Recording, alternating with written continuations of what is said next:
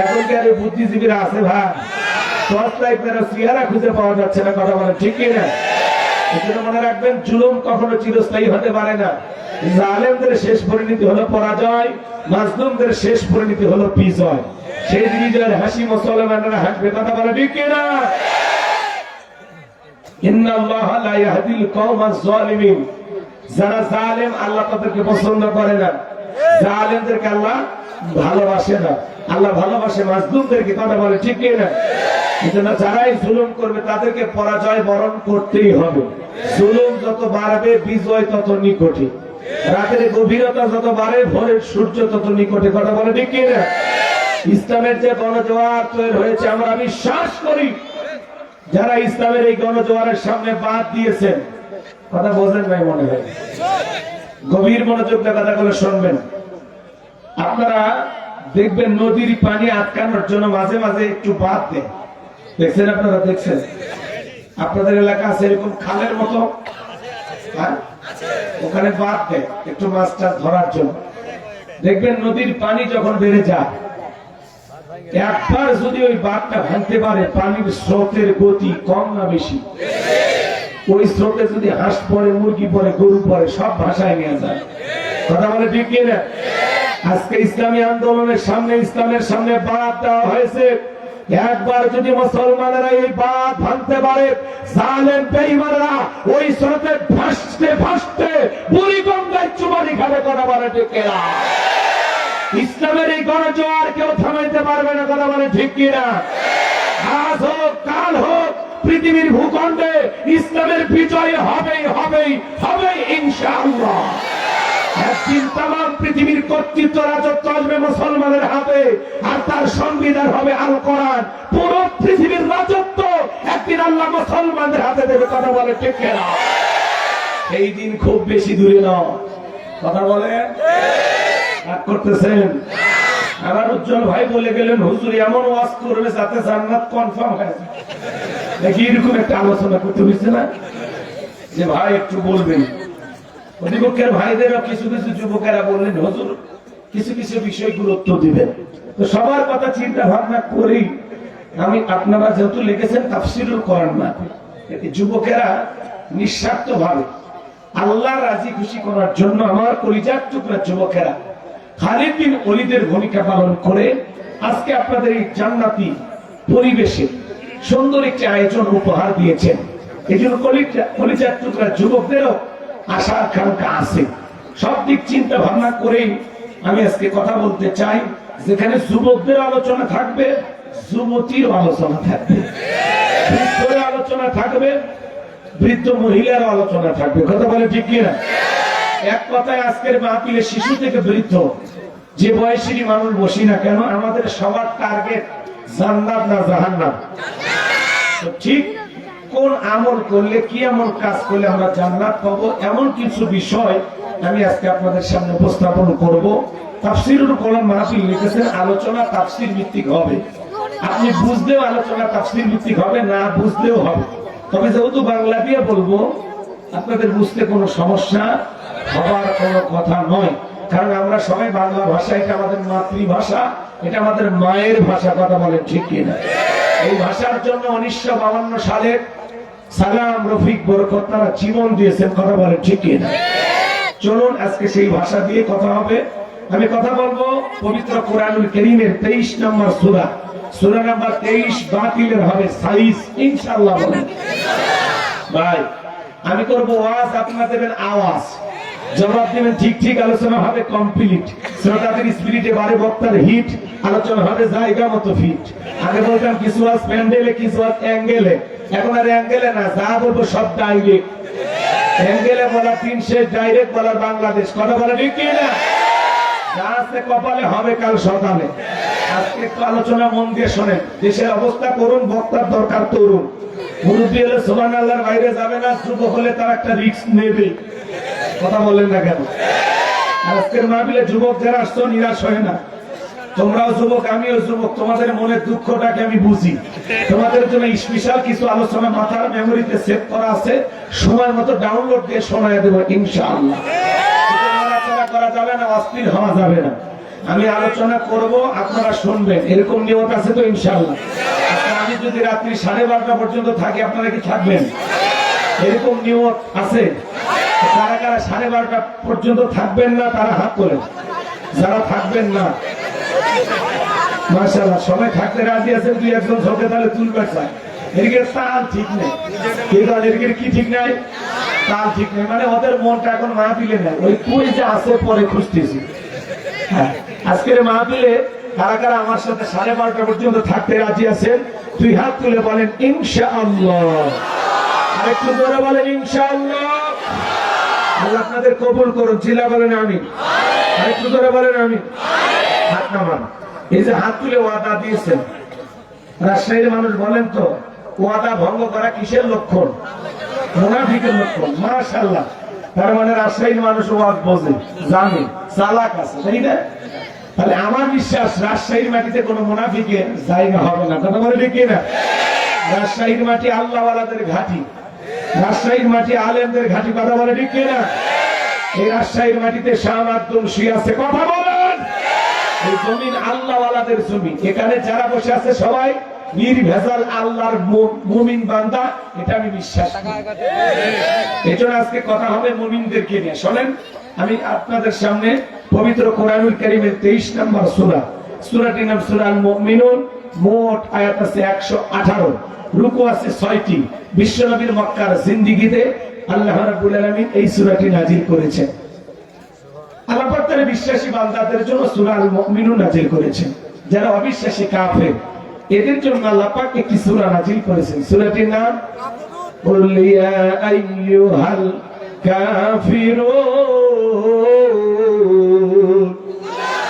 যারা কাফের, অবিশ্বাসী, তাদের জন্য আল্লাহ রাব্বুল আলামিন সূরা কাফিরুন নাজিল করেছেন। যারা হলো দুতুল্যমান, দুই নৌকে পাতে চলে, মুখে বলে একটা, অন্তরে আর একটা, দুমুখ সাপ।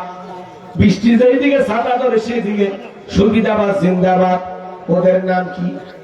মুনাফিক। এই মুনাফিকদের জন্য আল্লাহ রাব্বুল আলামিন একটি সূরা নাজিল করেছেন। সূরাটির নাম হলো মুনাফিকুন। নাম কি? তার মানে মুনাফিকদের জন্য সূরা আছে। কষ্ট হচ্ছে? মনে রাখবেন, কাফের সেনা সহজ, কিন্তু মুমিন সেনা কঠিন। কথা কাজ না? আর মুনাফিক সেনা তো আরো কঠিন। মুনাফিকেরা ঘাপটি মেরে থাকে, বোঝার কোনো উপায় নেই। মুনাফিকদের স্বভাব হলো ইসলাম নামের গাছের গোড়া কেটে মাথায় পানি ঢাল। চুপ করে থাক ধোঁকাবাজ, চোখে তোদের নাহি লাজ। চুপ করে থাক ধোঁকাবাজ, চোখে তোদের নাহি লাজ। গোড়া কেটে মাথায় ডালো পানি, তোদের চিনি আর কতকাল করবি রে শয়তানি।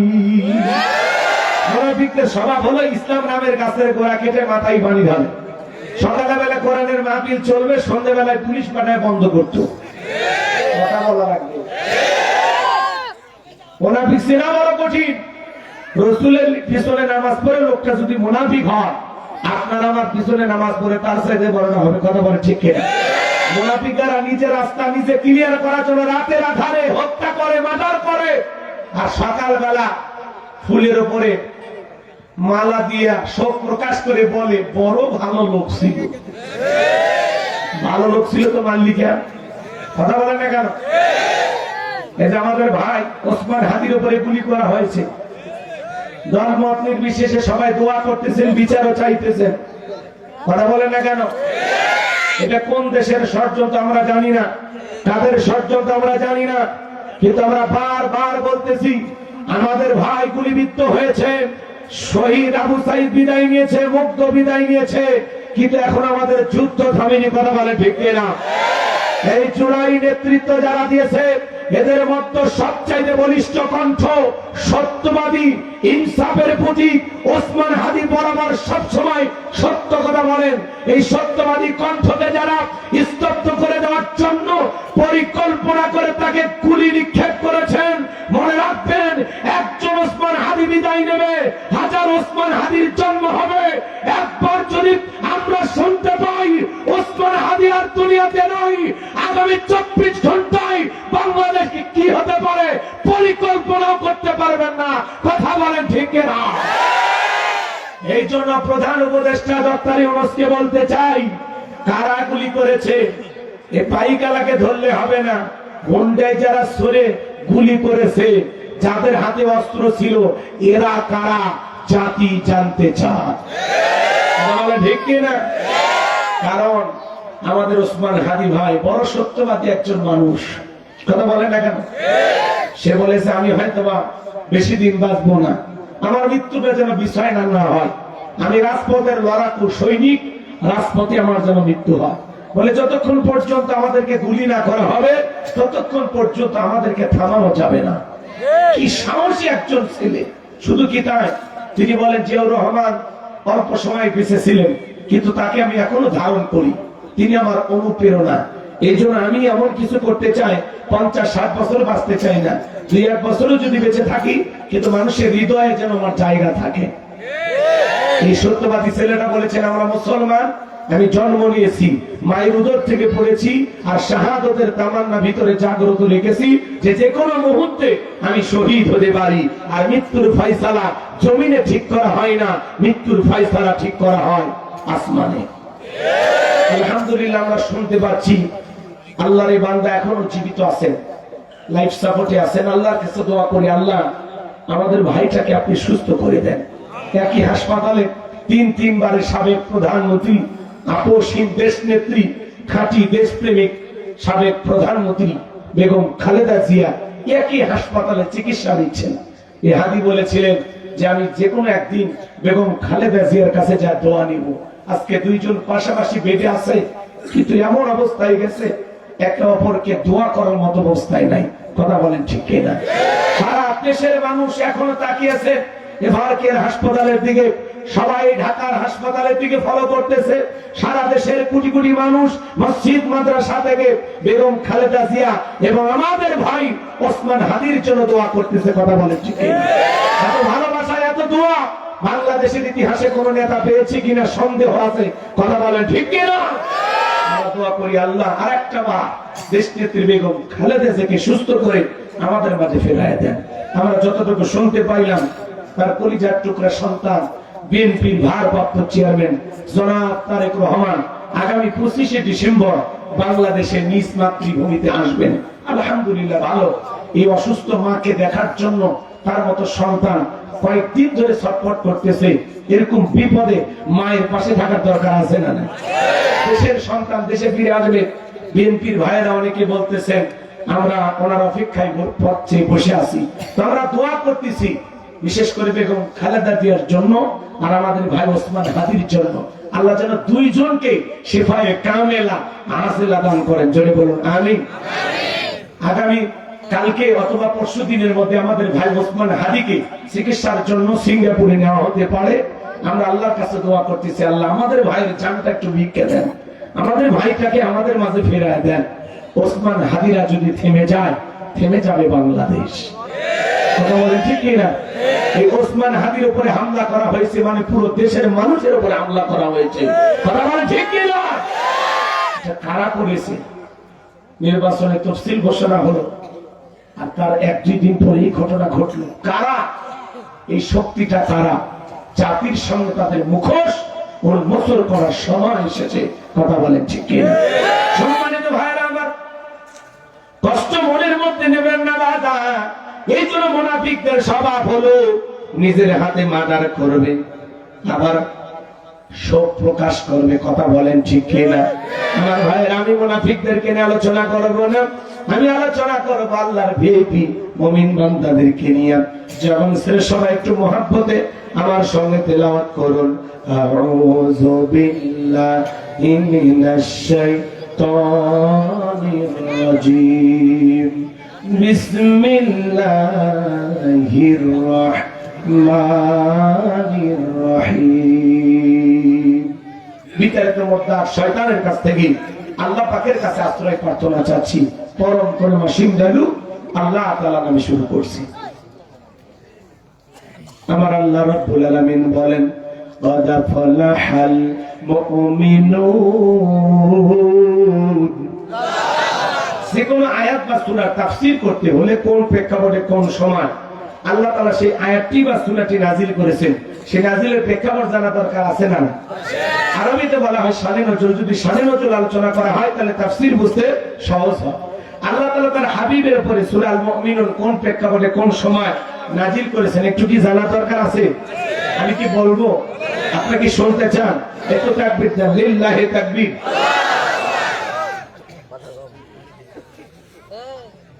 এদেশের দুইজন অসুস্থ মানুষের জন্য দোয়া চেয়েছি, তাদের নিয়ে কিছু কথা বললেন, এজন্য কি রাগ করছেন? ভাই, এই মানুষগুলোর জন্য দোয়া না করে আপনি বসে থাকতে পারবেন না। তাদের জন্য দোয়া চাওয়া লাগতেছে না, মানুষ মন থেকে এমনি দোয়া করতেছে। কারণ দুইজন মানুষই এই দেশের জন্য খাঁটি দেশপ্রেমিক, কথা বলে ঠিক কিনা? একজন তরুণ আর একজন একেবারে জীবনের শেষ পর্যায়ে তিনি পৌঁছে গেছেন, তারপরেও মানুষের ভালোবাসা তার প্রতি কত আপনারা দেখতেছেন।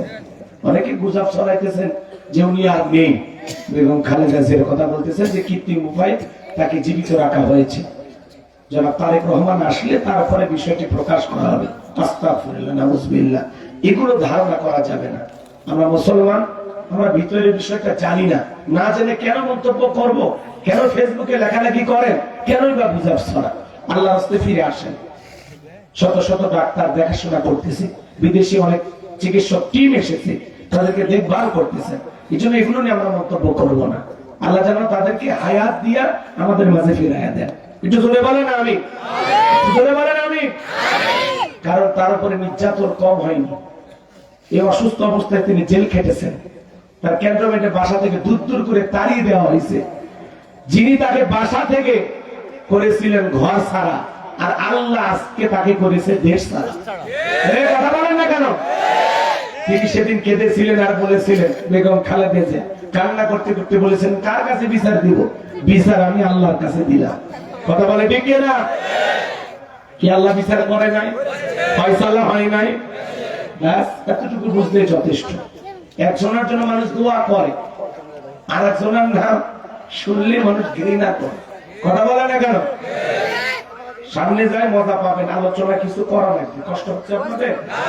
তাহলে বলেন কোন প্রেক্ষাপটে আল্লাহ রাসূলের উপরে সূরা আল মুমিনুন নাজিল করেছেন? আমি কি একটু বলবো? শুরু করবো ইনশাআল্লাহ। তাকবীর দাও, লিল্লাহি তাকবীর। সম্মানিত ভাইয়েরা আমার, নবীর প্রিয় সাহাবী হযরত ওমর ফারুক থেকে বলেন, আমি মৌমাছির গুনগুন আওয়াজ শুনলাম। ডানে তাকায় মৌমাছি নাই, বামে তাকায় মৌমাছি নাই। নবীজির চেহারা মোবারকের দিকে তাকায় দেখি আমার নবীজি ফিস ফিস করে কি যেন তেলাওয়াত করতেছেন। হযরত ওমর ফারুক থেকে বলেন, আমার বোঝার বাকি রইল না, আসমান থেকে নবীজির উপরে কোরআনুল কারীম নাযিল হচ্ছে, আর বিশ্ব নবী কোরআনুল কারীম রিসিভ করতে ব্যস্ত। বলুন সুবহানাল্লাহ। তাহলে মৌমাছির গুনগুন আওয়াজ হলে কোরআনুল কারীম নাযিল হয়। দপ্তরি ছুটির ঘন্টায় বারে বারে টনটন আওয়াজ হলে কোরআনুল কারীম নাযিল হয়। নবীজি যখন ঘোড়ার উপরে থাকতেন, ওই সময় যদি কোরআনুল কারীম নাযিল হইতো, ওহির ভারে ঘোড়ার পা গুলো বালুর ভিতরে ডেবে যেত। বলেন আল্লাহু আকবার। নবীজি যখন ঘোড়ার উপরে থাকতেন, ওই সময় যদি কোরআনুল কারীম নাযিল হইতো, ওহির ভারে জমিনের সঙ্গে মাথাটা লেগে যেত। এক সাহাবী রানের উপরে নবীজি মাথা রেখে আরাম ফরমাচ্ছেন, ওই সময় কোরআনুল কারীম নাযিল হলো। সাহাবী দেখে বলেন, আমার কাছে মনে হয় আমার রানটা ফিরে যাবে, আমার কাছে মনে হয় আমার রানের উপরে পাহাড় চেপে ধরা হয়েছে। তাহলে বলেন তো বাজান, কোরআনুল কারীমের একটা আলাদা ওয়েট, আলাদা একটা ওজন আছে না নয়? দীর্ঘ 23টি বছরে আল্লাহ তাআলা তার হাবিবের উপরে কোরআনুল কারীম নাযিল করেছেন। এই বাজান গো আমার, জীবনের প্রথম ওহী রিসিভ করতে গিয়ে নবীজির শরীর মোবারকে জ্বর পর্যন্ত এসেছিল।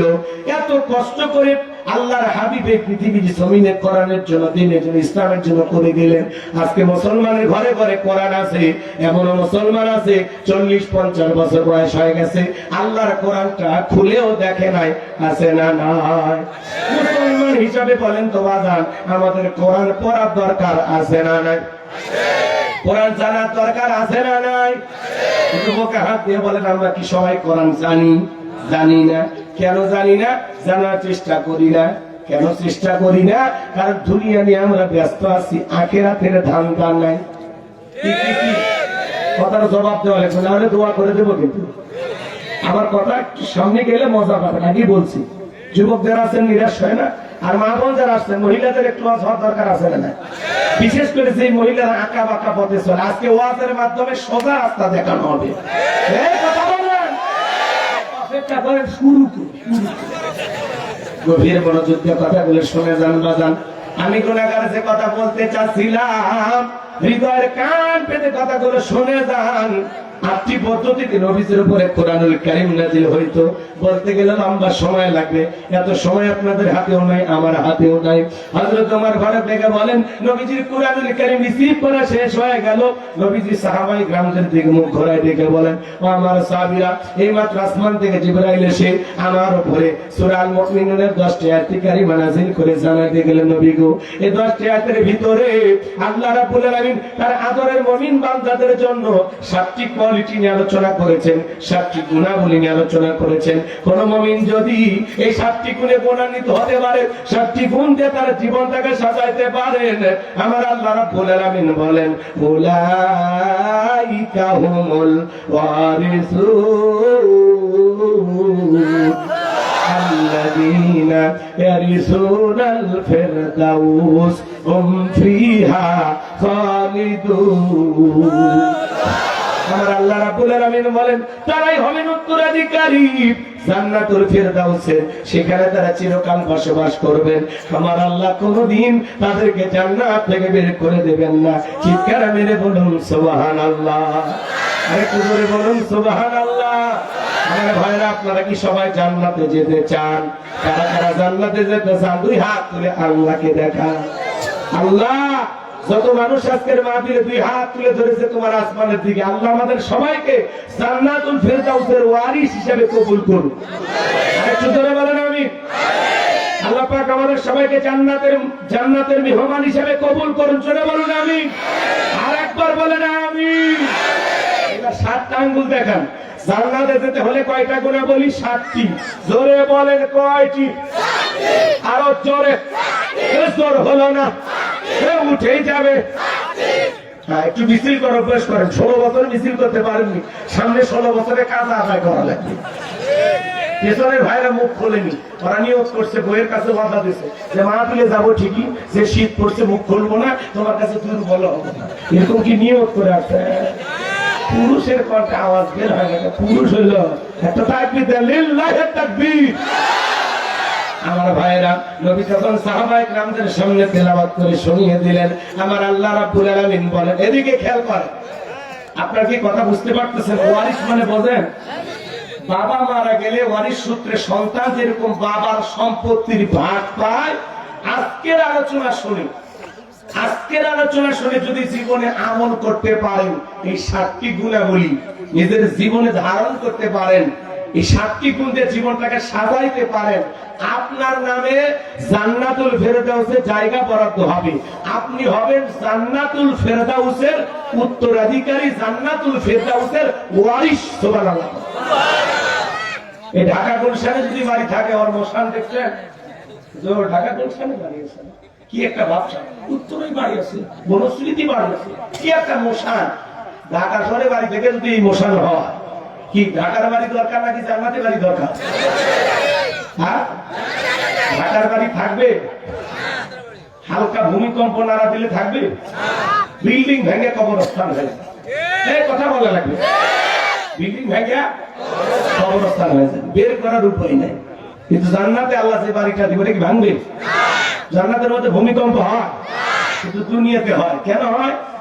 যখন বান্দা বাঁকা পথে চলে, পাপ বেড়ে যায়, জুলুম বেড়ে যায়, উলঙ্গপানা, বেহাপানা, নাচানাচি, নর্তকীর ডান্স, উতাল পাতাল গুণে যখন বেড়ে যায়, আল্লাহ হালকা নানা দেখো,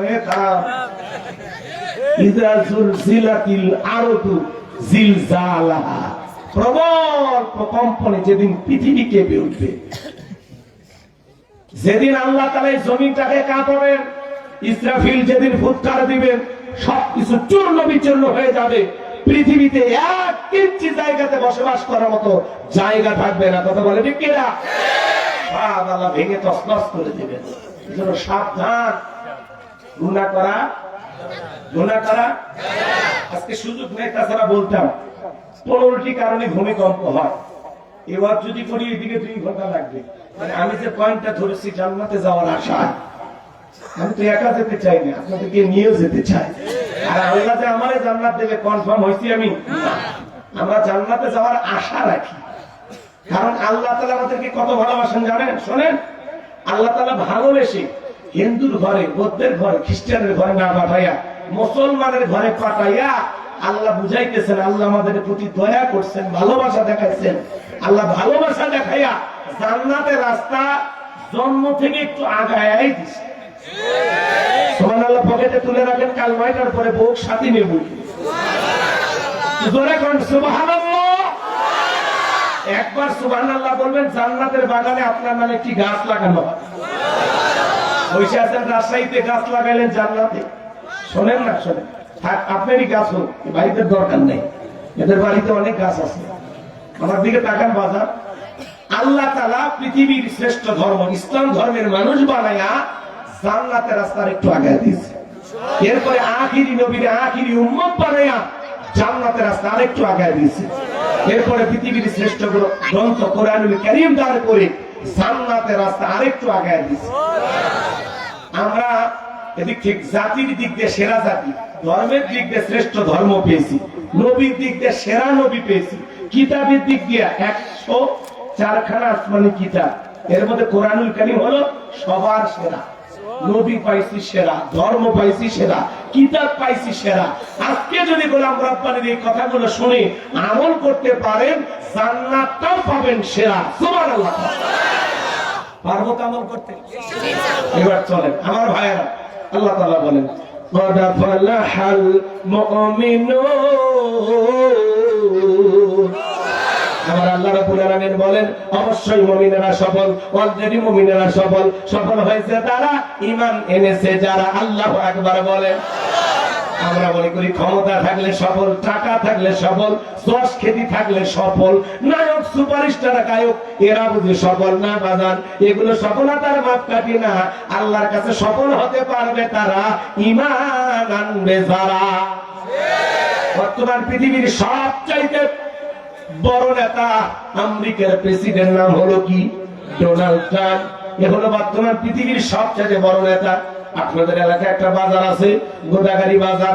এখানে আল্লাহর একজন বান্দা তরি তরকারি বিক্রি করে, সবজি বিক্রেতা। আজান দেওয়ার পরে মসজিদে গিয়ে মাথা নত করে যদি আল্লাহকে সিজদা দেয়, পৃথিবীর এদিকে খেয়াল করেন, পৃথিবীর এত বড় নেতা ডোনাল্ড ট্রাম্পের চাইতে ওই সবজি বিক্রেতা ইমানদারের দাম কম না বেশি? কি বুঝলেন ভাই? তার মানে ঈমান আছে যার, আল্লাহর কাছে দাম আছে তার। বেঈমানেরা ক্ষমতার দিক দিয়ে যতই দুনিয়াতে সফল হোক, যতই তাদের দাম্ভিকতা অহংকার থাক, ওই বেঈমানেরা দুনিয়াতে ক্ষমতার দিক দিয়ে সফল হতে পারে, মরার পরে সবগুলো বেঈমানকে পিটাইয়া জাহান্নামে দেবেন তিনি কে? এই জন্য বাজার, ক্ষমতা থাকলে সফল হওয়া যায় না, টাকা থাকলে সফল হওয়া যায় না, যশ খ্যাতি থাকলে সফল হওয়া যায় না। আল্লাহর কাছে সফল হতে পারবে তারা ঈমান আনবে যারা। আপনি রিক্সা চালক হন, ভ্যান চালক হন, ধনী হন, গরিব হন, চেহারা কালো হোক, ফর্সা হোক, লম্বা হন, খাটো হন, কোনো সমস্যা নাই। আপনার ভিতরে ঈমান আছে, আল্লাহর কাছে দাম আছে। এই পৃথিবীর সবচাইতে দামি সম্পদের নাম হলো ঈমান। এই ঈমান নামের মহাদৌলত যার আছে, সে পৃথিবীতে ভাগ্যবান। কথা বলেন, গভীর মনোযোগ দিয়ে শুনবেন। আল্লাহ বলেন, কথা আফলাহাল মুমিনুন, অবশ্যই মুমিনেরা সফল, অলরেডি মুমিনেরা সফল। সফল হয়েছে তারা ঈমান এনেছে যারা। ঈমানদাররা দুনিয়াতে সফল, আখিরাতে সফল। আর বেঈমানেরা দুনিয়াতে সফল, আখিরাতে সফল হতে পারবে না। বিনা হিসাবে জাহান্নাম, বিনা হিসাবে জাহান্নাম, বিনা হিসাবে জাহান্নাম। আর ঈমানদাররা দুনিয়াতে সফল, আখিরাতে সফল। এখন আমার দিকে তাকান, আমি আপনাদেরকে ছোট্ট প্রশ্ন করি, জবাব দেবেন। একজন অমুসলিম জোহরের নামাজের পূর্বে ঈমান গ্রহণ করেছে, ওই ব্যক্তির উপরে এখন জোহরের সালাত আদায় করা কি? মাশাআল্লাহ, ভালোই তো বোঝে, কষ্ট বেশি করা লাগবে না। শোনেন না বাজার, একজন অমুসলিম ঈমান গ্রহণ করলে তার উপরে জোহরের সালাত আদায় করা কি? তার মানে ঈমান আনলি তার উপরে সালাত আদায় করা কি? আমি কি প্রথমে আপনাদেরকে বুঝাইতে পারলাম ঈমান এনেছে যারা সফল হয়েছে তারা? এটা কি আপনারা বুঝতে পারছেন?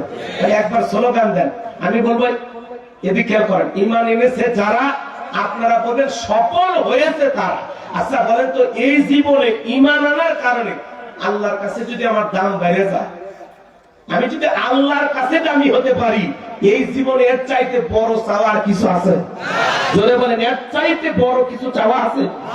তার মানে আমার ভিতরে ঈমান আছে, আল্লাহর কাছে আমার দাম আছে। পৃথিবীর কেউ না দাম দিক, বউ না দাম দিক, বাচ্চা নাম দাম দিক, এলাকার মানুষ দাম না দিক, আমার ভিতরে ঈমান আছে। আল্লাহর কাছে যদি আমি দামি হতে পারি, আল্লাহর কাছে যদি প্রিয় হতে পারি, আর কিছু চাওয়ার আছে? তাহলে আমি বলবো, ঈমান এনেছে যারা, আপনারা শুধু একবার বলেন সফল হয়েছে তারা। বলেন, ঈমান এনেছে যারা। আমরা কি সফল হয়েছি? এইবার শোনো, ঈমান আনার পরে মুমিন জীবনের গুরুত্বপূর্ণ ইবাদতের নাম হলো সালাত। কিয়ামতের ময়দানে সর্বপ্রথম আল্লাহ তাআলা ঈমানদার বান্দার হিসাব সালাত দিয়ে শুরু করবেন। সালাত যদি ঠিকঠাক থাকে, বাকিগুলোতে একটু কম বেশি হইলেও আল্লাহ তাআলা ছাড় দেবে। কিন্তু সালাতে যদি ধরা খেয়ে যান, বাকি হিসাব আরো কঠিন হয়ে যাবে। এজন্য মুসলিম হিসাবে বলেন, আমাদের উপরে 5 ওয়াক্ত সালাত আদায় করা নফল না ফরজ? জোরে বলেন। এটা কি সবাই বিশ্বাস করেন? তাহলে মানার দরকার আছে না নাই? আমার ভাইরা গভীর মনোযোগ দিয়ে শুনবেন। মুমিন বান্দার 7টি কোয়ালিটি নিয়ে আল্লাহ তাআলা আলোচনা শুরু করলেন। 1 নাম্বার, আল্লাহ তাআলা সালাত দিয়ে শুরু করেছেন। কথা গোলাম রব্বানি নয়, কথা আমার মালিক আল্লাহ তাআলা। আমি শুধু বাঁশিতে সুর তুলতেছি, বাঁশিওয়ালাকে কথা বল না কেন? আমি আপনাদের সামনে অ্যাডভাইস করে খালি কথাগুলো রিপ্লাই করে বলে দিচ্ছি, সব কথা আমার মালিকের। তাহলে মুমিন বান্দার 1 নাম্বার গুণাবলী, যুবক রেডি থাকো, 4 নাম্বার গুণাবলীতে তোমাদের ওয়াজ আছে। কথা বল, 4 নাম্বারে তাহলে 4 পর্যন্ত যাওয়ার দরকার আছে না নাই? একটু অপেক্ষা করো শোনা ভাইরা আমার। তাহলে মুমিন বান্দার 1 নাম্বার গুণাবলী, আল্লাযীনা হুম ফি সালাতিহিম খাশিউন। মুমিন বান্দার 1 নাম্বার গুণাবলী, যারা নিজেদের সালাত বিনয়ের সহিত, নম্রতার সহিত আল্লাহর ভয় নিয়ে আদায় করে। আপনি আমি যখন সালাত আদায় করব, অন্তরে ভয় থাকতে হবে একমাত্র কার? আয়াতের ব্যাখ্যায় তাফসীরকাররা লিখেছেন, তাফসীর ইবনে কাসির থেকে বলছি, অন্তরের ভিতরে সুচিন্তা, দুশ্চিন্তা, কুশ্চিন্তা, বিবির কথা, সংসারের কথা, ব্যবসা বাণিজ্যের কথা, দুনিয়াবি কোনো কথা মনের মধ্যে রাখা যাবে না। আপনি আমি যখন সালাতে দাঁড়িয়ে যাব, অন্তরে একমাত্র ভয় থাকতে হবে কার? ইয়া আইয়ুহাল্লাযীনা আমানু তাকুল্লাহ, হে ঈমানদারগণ আমি আল্লাহকে ভয় করো, হাক্কা তুকাতিহি, ভয় করার মতো ভয় করো। কিভাবে সালাত আদায় করবেন? নবীজি কিভাবে সালাত আদায় করেছেন? আম্মা যারা আয়েশা ডেকে বলেন, নবীজি নামাজের ভিতরে এত লম্বা সময় ধরে দাঁড়িয়ে থাকতেন, মাঝে মাঝে তাকায় দেখতাম নবীজির পা মোবারক ফুলে উঠেছে। একটা মানুষ নামাজে কতটা সময় দাঁড়ায় থাকলে পা ফুলে উঠতে পারে, একবার চিন্তা করেন বাজান। এরপরে আমার আম্মা যারা আয়েশা বলেন, নবীজি এত লম্বা সময় রুকু করতেন, সিজদা করতেন, মাঝে মাঝে মনে হয় নবীজি আর কোনোদিন সিজদা থেকে মাথা উঠাবেন না। আম্মা যারা আয়েশা বলেন, একদিন নবীজি সিজদাতে এত কান্না করেছেন, সিজদার জায়গাটা পর্যন্ত ভিজে গেছে। নবী যখন মাথা উঠাইলেন, আম্মা যারা আয়েশা জিজ্ঞাসা করেন, নবী, ও নবী, এত কান্না কেন করলেন? সিজদার জায়গাটা পর্যন্ত ভিজে গেছে। আমার নবী তখন ডেকে বলে, আয়েশা, আমি তো আমার জন্য কাঁদি না, আমি কাঁদি আমার গুনাহগার উম্মতের জন্য। আমি আল্লাহর কাছে দুহাত পেতে দোয়া করে বলি, আল্লাহ তোমার গুনাহগার উম্মতের গুনাহগুলো মাফ করে দাও, ওই কঠিন জাহান্নামের আগুন থেকে আমার উম্মতকে তুমি মুক্তি দাও। আপনার আমার গুনাহ মাফের আশায়, আপনাকে আমাকে জাহান্নামের আগুন থেকে বাঁচানোর আশায় নবী যদি সিজদা দিয়া কান্না করে, যেই নবীর জীবনে কোনো গুনাহ নাই, সেই নবী দিনের মধ্যে 70 থেকে 100 বার ইস্তেগফার করতেন, তওবা করতেন। আপনার আমার জীবন তো ভুলে ভরা। নবী যদি আপনাকে আমাকে জাহান্নাম থেকে বাঁচানোর জন্য আপনার আমার গুনাহ মাফের আশায় আল্লাহর কাছে দোয়া করতে পারেন, আমরা তো হলাম মূল ভিকটিম, মূল আসামি, মূল অপরাধী। তাহলে আমাদের গুনাহ মাফের জন্য আল্লাহর কাছে সিজদা দিয়ে কান্না করার দরকার আছে না? না। এবাজান 5 ওয়াক্ত সালাত এটা তো ডিউটি, এটা তো রবের বাধ্যতামূলক ওয়ার্ডার, আপনাকে পালন করতেই হবে, আপনি পালন করতে বাধ্য। নিজেকে যদি ঈমানদার দাবি করেন তাহলে 5 ওয়াক্ত সালাত আদায় করতে হবে। আর যদি বলেন হুজুর আমি ঈমানদার না, তাহলে তো ভিন্ন কথা। যার সালাত নাই তার ঈমানও নাই। কথা বলেন না কেন? বাইনাল আবদি ওয়া বাইনাল কুফরি তারকুস সালাত। আল্লাহ রাসূল বলেছেন ঈমান আর কুফরের মধ্যে পার্থক্যকারী যে জিনিস তার নাম হলো সালাত। কথা বলেন না? ঈমানদার নামাজ পড়ে আর বেঈমান নামাজ পড়ে না। একজন মুমিন আর একজন কাফের এর মধ্যে পার্থক্যকারী যে জিনিস তার নাম কি? সালাত। যার সালাত নাই তার ঈমান নাই। নামাজ না পড়ে অনেকে বলে আমি পাক্কা ঈমানদার। কি সাইনা প্রাইজ দিয়ে ফাঁকা করছে? আপনি পাক্কা ঈমানদার না, শয়তান আপনারে ওয়াসওয়াসা দিয়ে পাক্কা শয়তান বানাইতেছে। এই কথা বলে না কেন? রাসূলের জামানায় জুমার নামাজের সময় মসজিদ কানায় কানায় পূর্ণ, ফজরের নামাজের সময় মসজিদ কানায় কানায় পূর্ণ। সুবহানাল্লাহ। আর বাংলাদেশে জুমার নামাজের জন্য মসজিদ ভেঙে 2 তলা 3 তলা করা হয়। ফজরের নামাজের সময় এক কাতার মুসল্লি পাওয়া যায় না। মাঝে মাঝে এমন মসজিদ আছে মসজিদ একাই আযান দিয়ে একাই নামাজ পড়ে, একটা দুলা ভাইও আসে না।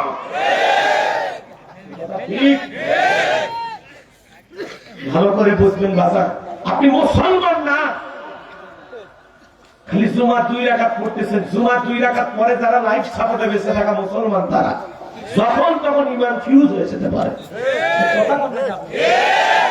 আপনি জুমা 2 রাকাত পড়লেন, আসরে কেন আসলেন না বলেন? মাগরিব এশায় ফজরে কেন আসলেন না? কিসে আপনাকে ধোঁকা দিল? কে বাধা দিল? হে যুবক বলো না কেন? মসজিদ 5 ওয়াক্ত আযান দেয়, কেন আযান শোনো না? কেন যাও? কিসে তোমাকে ধোঁকা দিল? তার মানে শয়তান সফল হয়েছে তোর উপর। শয়তান তোমারে পাচ্ছে আল্লাহর ঘরে না যাওয়া, দুনিয়াবি কাজে খেলাধুলায় আমোদ প্রমোদে গান বাজনায় আড্ডায় করে ব্যস্ত রাখা শয়তান সফল, তুমি বিফল। ঈমানদার দাবি করো, মসজিদে যাও না। তুমি ঈমানদার মুসলিম দাবি করো, নামাজ আদায় করো না। গোলামীর সবচাইতে শ্রেষ্ঠ বহির প্রকাশ হলো সালাত। দাঁড়ায় গেলে আমার স্বামীর মতো আল্লাহ আমি স্যালেন্ডার করলাম। এই তাকান, শুধু ওয়াজ শুনবেন না, দেখেন। 2 হাত তুলে কি বললেন? আল্লাহ আমি স্যালেন্ডার। আল্লাহ আকবার। কি সুন্দর করে মাথাটা উন্নত হয়ে গেল। আল্লাহ আমি অপরাধী, পাপী, অন্যায় করছি, গুনাহ করছি, মাথা নত করছি, সব অপরাধ স্বীকার করলাম। কথা বলে কেন? কি সুন্দর। এই যে আল্লাহ বলেন আল্লাযীনা হুম ফি সালাতিহিম খাশিউন, যারা নিজেদের সালাত বিনয়ের সহিত নম্রতার সহিত।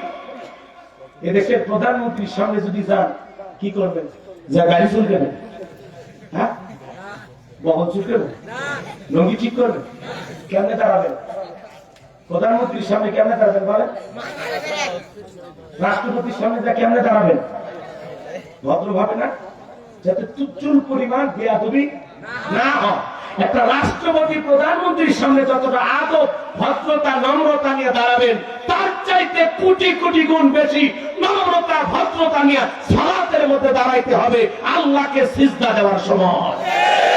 আপনি নামাজে দাঁড়িয়ে এদিক ওদিক তাকান মানে মসজিদের সব ফ্যান জমা শেষ, আজকে করতে গেছেন আল্লাহর সাথে। কথা বল নাকি আপনি? আপনি নামাজ পড়তে পড়তে দাড়ি চুলকেন, টুপি ঠিক করেন, মোবাইল রিসিভ করে বলেন 2 রাকাত চলতেছে। কিসের মুসলমান? এরকম আছে না? যখন আসে রমজান মাস, তারাবির প্রতিযোগিতা শুরু হয়ে গেছে প্রত্যেকটা মসজিদে। আপনাদের এলাকায় হয় কিনা আমি জানি না। হয় 20 রাকাত নামাজ 20 মিনিটে শেষ। ওটা হুজুর না অটো মেশিন, কিচ্ছু বোঝা যায় না। কথা বলেন নাকি আপনারা? সোনার মক্কা মদিনা আল্লাহ তার গোলামকে নিল, তারাবি পড়লাম, সময় লাগলো 1 ঘন্টা 45 মিনিট। আর আপনি 20 মিনিটে, অনেক ইমাম আছে 16 মিনিটে শেষ করে। খালি আলহামদুলিল্লাহ দোয়ালিন বোঝা যায় মাঝখানে কি ভূমিকম্প আর বাটি চালান দিয়েছে হুজুর নিজেও জানে না। কথা কর ঠিক কিনা? এই নামাজ আল্লাহর আরশে পৌঁছা দূরের কথা, মসজিদের ছাদের উপর উঠছে কিনা সন্দেহ আছে। 4 রাকাত পরে পরে বিশ্রাম নেওয়া লাগবে। আর এরা কয় তারাবি মানে তাড়াতাড়ি। কি মুক্তি আছে না? তারাবি মানে তাড়াতাড়ি না? তারাবি মানে কি? বিশ্রামের সহিত ধীরে ধীরে 4 রাকাত পরে পরে কি করবেন? জিকির করবেন, একটু জুড়ে নেবেন, তাসবিহ তেলাওয়াত করবেন, কোরআন তেলাওয়াত করবেন, একটু হালকা নাস্তা পানি করলেন, আবার 4 রাকাত শুরু করলেন। আর আপনি কি করেন? চুক্তি নিছে, কন্ট্রাক্ট নিছে, 20 টাকা থেকে শেষ করালেন, বিদ্যুৎ গেলে তো ইস রে গেল রে, নামাজের মধ্যেই বলে দিচ্ছে, নামাজের ভিতরে বাইরে 13 ফরজ, ইস রে গেল রে, কয় নাম্বার? রাগ করতেছেন মনে হয় আপনারা? আমার ভাইরা, নবীজি কিভাবে নামাজ আদায় করতেন সেই কথা তো আপনাদেরকে একটু জানাই দিলাম। সাহাবীরা কিভাবে নামাজ আদায় করতেন? আরে নবীর সাহাবীরা যখন মরুভূমিতে নামাজ আদায় করার জন্য দাঁড়িয়ে যেতেন, ওই মরুভূমির পাখিগুলো খেজুর গাছ মনে করে সাহাবায়ে কেরামদের মাথার উপরে, কাঁধের উপরে বসে থাকতো। নবীর সাহাবীরা সালাতে এত মনোযোগ, কাঁধে পাখি পইরা থাকে, তারপরে টের পাইতো না। কোন সুবহানাল্লাহ। আর আপনি আমি এমন মুসলমান, মশা যদি পরে হাতে এই জায়গায় নিয়ে যান, আগে মশা মারে তারপরে সুরা ধরে, কথা বলেন ঠিক কিনা? তাই যদি মশা পরে এক ঠ্যাং আর এক ঠ্যাংয়ের উপর তুলে দেয়, গলা মারে খাবু আপনি ভালো দাঁড়িয়ে আছি, না হলে তো সবগুলো খবর করলে আছে না নাই? হে বাজার বা আমার নবীর প্রিয় সাহাবী হযরতে তালহা রাদিয়াল্লাহু তাআলা নামাজ আদায় করতেছিলেন, ছেলেটা খেলাধুলা করতেছিল, জঙ্গল থেকে সাপ এসে সন্তানটাকে পেঁচিয়ে ধরলেন, স্ত্রী মানুষজনকে ডাকলেন, ছেলেটাকে বিপদ মুক্ত করলেন। হযরতে তালহা নামাজ শেষে জিজ্ঞাসা করেন বিবিরে, বাড়িতে এত মানুষজন, ব্যাপারটা বুঝতে পারলাম না। দেখে বলে, স্বামী আপনি যখন নামাজ আদায় করতেছেন, জঙ্গল থেকে সাপ এসে সন্তানটাকে পেঁচিয়ে ধরেছিল, আমি মানুষজনকে ডাকলাম আর ছেলেটাকে বিপদ মুক্ত করলাম। এত ঘটনা আপনার চোখের সামনে ঘটে গেল, আপনি কি কিছুই বলতে পারেন নাই? কিছু কি টের পান নাই? হযরতে তালহা ডেকে বলেন, বিবিরে, নামাজের মধ্যে মন যদি এদিক সেদিক চলে যায়, তাহলে নামাজ তো আর নামাজ থাকে না। আপনি নামাজ পড়েন গোদাগাড়ি, মন চলে যায় রাজবাড়ি, নামাজ পড়ে রাজশাহী, মন চলে যায় ঢাকা। কথা বলেন না? মাঝে মাঝে দুনিয়াবি এত কথা নামাজের মধ্যেই মনে হয়, দুনিয়াবি এত কথা মনে হয়, নামাজ 2 রাকাত না 3 রাকাত মনে থাকে না। মাঝে মাঝে নামাজের ভিতরে দুনিয়াবি এত চিন্তা এসে ভর করে, সিজদা 2টা দিলাম না 1টা দিলাম, নামাজের ভিতরে ব্রেক করে চিন্তা করা লাগে। এই হলো আমাদের নামাজ। একটি গবেষণায় বলা হয়েছে, এই দেশের কিছু নামাজীদের মন নামাজের ভিতরে আসতে কিন্তু স্থির থাকে না। আমাদের পাগল মন, মন খালি অস্থির করে। কথা বলেন ঠিক কিনা? মনটা খালি ছটফট করে। কথা বলে কি মন? পাগল মোহন, মোহন রে, মন কেন উল্টো পাল্টা বলে? ও পাগল মন, মোহন রে, মন কেন মসজিদে না যায় রে? আল্লাহ রে, কোন জামানায় পাঠাই লাই আমারে? বর্তমানের নারী পুরুষ সমান সমান মত, লম্বা চুল কাটিয়া আবার মাথায় লাগাই ক্যাপ। আল্লাহ রে, কোন দুনিয়ায় পাঠাই লাই আমারে? হিন্দি গানের টান মারিয়া রাস্তা হাইটা যাই, আবার কারো সুরে সুরে বুকটা হাইটা যাই। আল্লাহ রে, কোন জামানায় পাঠাই লাই আমারে? জিন্সের প্যান্ট শার্ট পরিয়া রাস্তা হাইটা যাই, পোলা না মাইয়া ওইটা সিনা বড় দাই। কানে পড়ছে চুল, কপালে পড়ছে টিপ, কাছে যদি বলেন বিলকি সাফা পায় না, আমি আবুল। বুখারী শরীফের স্পষ্ট হাদিস, আল্লাহ রাসূল বলেছেন, মুফতি সাহেব, আল্লাহ রাসূল বলেছেন, কোন পুরুষ যদি নারীর বেশ ধারণ করে আর কোন নারী যদি পুরুষের বেশ ধারণ করে, আল্লাহর লানত তাদের উপরে। একটা উদাহরণ, একটা মাঠে ছেলে আর মেয়ে খেলাধুলা করতেছে, কিন্তু পোশাক এমন যে কোনটা ছেলে কোনটা মেয়ে পার্থক্য বোঝা যাচ্ছে না। এক লোক রাগান্বিত হয়ে বলতেছে, এদের মা বাবা খারাপ, এদের মা বাবা খারাপ। পাশে একজন লোক প্যান্ট শার্ট পরে সুন্দর করে দাঁড়িয়ে আছে, তখন বলছে, এই যে কি কইলেন? বলছে, না আমি বললাম এদের মা বাবা খারাপ। তো আপনি কে? ভাই ভাই মানে আমি তাই সন্তানদের মা। ও আপনি মা মানে মা, যে মা ওই পোশাকে বোঝা যাচ্ছে না। কথা কি বুঝতে পারতেছে? এই সমাজে এরকম নারী আছে না নাই? এরপরে ঢাকা শহরে আজ থেকে 3-4 বছর আগে আন্দোলন করলো মহিলারা, পোশাকের স্বাধীনতা চাই। শোনেননি আন্দোলন? ঢাকা শহরে পিচ্ছি পিচ্ছি মহিলারা, ছোট ছোট বোনেরা, মানে মাতলামি করা জায়গা পায়। কষ্ট হচ্ছে আপনাদের? বিরক্ত হবেন না তো আমার কথা? একটু অপেক্ষা করেন, সামনের দিকে যান। মনে রাখবেন যে সমস্ত নারীরা পর্দার স্বাধীনতার নামে বলে যে আমরা ব্লাউজ ছাড়া শাড়ি পরবো, আগেকার দাদি নানীরা পরেছে আমরা পরবো। ও বোন, আগে দাদি নানির তুলনা দিচ্ছে। আগেকার দাদি নানীরা পুরুষের কণ্ঠের আওয়াজ পাইলে ঘরের কোনায় লুকাইতো, আর এখনকার দরজায় যায় পুরুষ যদি আওয়াজ দেয়, মহিলা এসে গেট খুলে বলে কোথা থেকে এসেছেন ভাই, কার কাছে? বাসা, বাসা তো আমারই স্বামী, ও একটু বাইরে গেছে, প্লিজ আসেন বসেন, একটা চা দে, আমি কিন্তু ভালো চা বানাইতে পারি। এমন কায়দায় তাকে মনে হয় মায়ের পেটের আপন ভান। কথা কয় স্বামীর বেলায় নরম সুরের হয় না, পর পুরুষ দেখলে কি মায়াবী মধুর সুর, উকিল কোনটি হয়। আর স্বামীর সাথে কথা বলে হঠাৎ তো ভাল লাগে না। কথা লাগে এবার কি করো, দূর হয়ে যাও তো, মুখ দেখায় না, পুরা কপালে স্বামী আমার। এমন কায়দা ব্যবহার করে মনে হয় স্বামীকে গোলাম পাইছি। সেই মহিলারা স্বামীর সাথে এরকম আচরণ করে, গোলাম আর চাকর বানায়, ও হলো চাকরের বউ। আর যে স্বামীকে সম্মান দিয়া, ভালোবাসা দিয়া রাজা বানায়, বাদশা বানায়, সম্মানের আসনে বসায়, ও হয় রাজার রানী।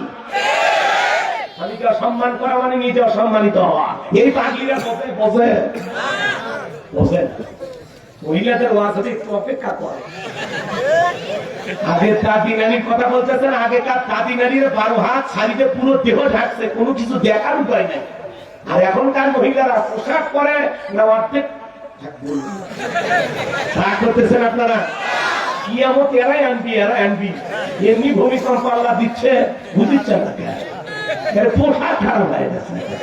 রাগ করেন না ভাইয়েরা আমার, মা বোন যারা শুনতেছেন, যদি মনে করেন আপনার ইজ্জতের দাম আছে, সম্মানের দাম আছে, আপনি মুসলমানের মেয়ে, মুসলমানের স্ত্রী, তাহলে বলে যাই মা, আল্লাহর ফরজ পর্দাকে আপনারা কখনো লঙ্ঘন করবেন না। আল্লাহ বলেন অকরনা ফি বুয়ুতিকুন্না ওয়ালা তাবাররাজনা তাবাররুজাল জাহিলিয়াতিল উলা। নারীরা তোমরা ঘরের ভিতরে অবস্থান করো, খবরদার জাহিলিয়াতের যুগের মেয়েদের মতো নোংরা অশ্লীল পোশাক পরে নিজের দেহকে প্রদর্শন করো না। নারীরা পর্দায় থাকলে নিরাপদে থাকবে, পর্দা নারীকে সিকিউরিটি দেবে, নিরাপত্তা দেবে। পর্দাশীল নারীর উপরে আল্লাহর রহমত নাযিল হয়।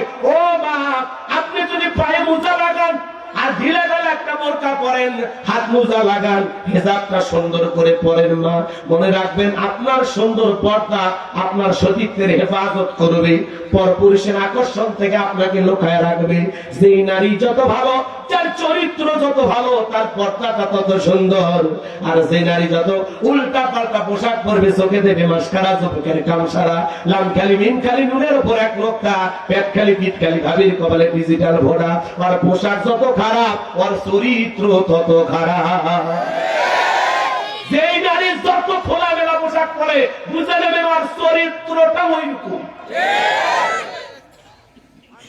নারী হলো আকর্ষণীয় বস্তু, আর পা থেকে মাথা পর্যন্ত আপনার পায়ের একটা লোক থেকে একটা ছেলে পাগল হতে পারে। অতএব পা মুজা লাগা মা, পা মুজা লাগা, পা দেখাস না। এই পাটা মহিলাদের পর্দার অন্তর্ভুক্ত। মুফতি সাহেব কথা ঠিক আছে? অনেক পা পরে আছে, বোরকা পরে, কিন্তু হাত মুজা লাগে না, পা মুজা লাগে না। কথা বলে গো হাত মুজা পা মুজা আছে কি আছে? দোস্ত আপনারও আছে, কার্তিক দোষ দিয়ে লাভ নাই। শিখেন লাগবে ভাই, ভাবির হাত মুজা পা মুজা আছে কি আছে? আমি কয়েকদিন পরে অনলাইনে এগুলো বেচা শুরু করবো।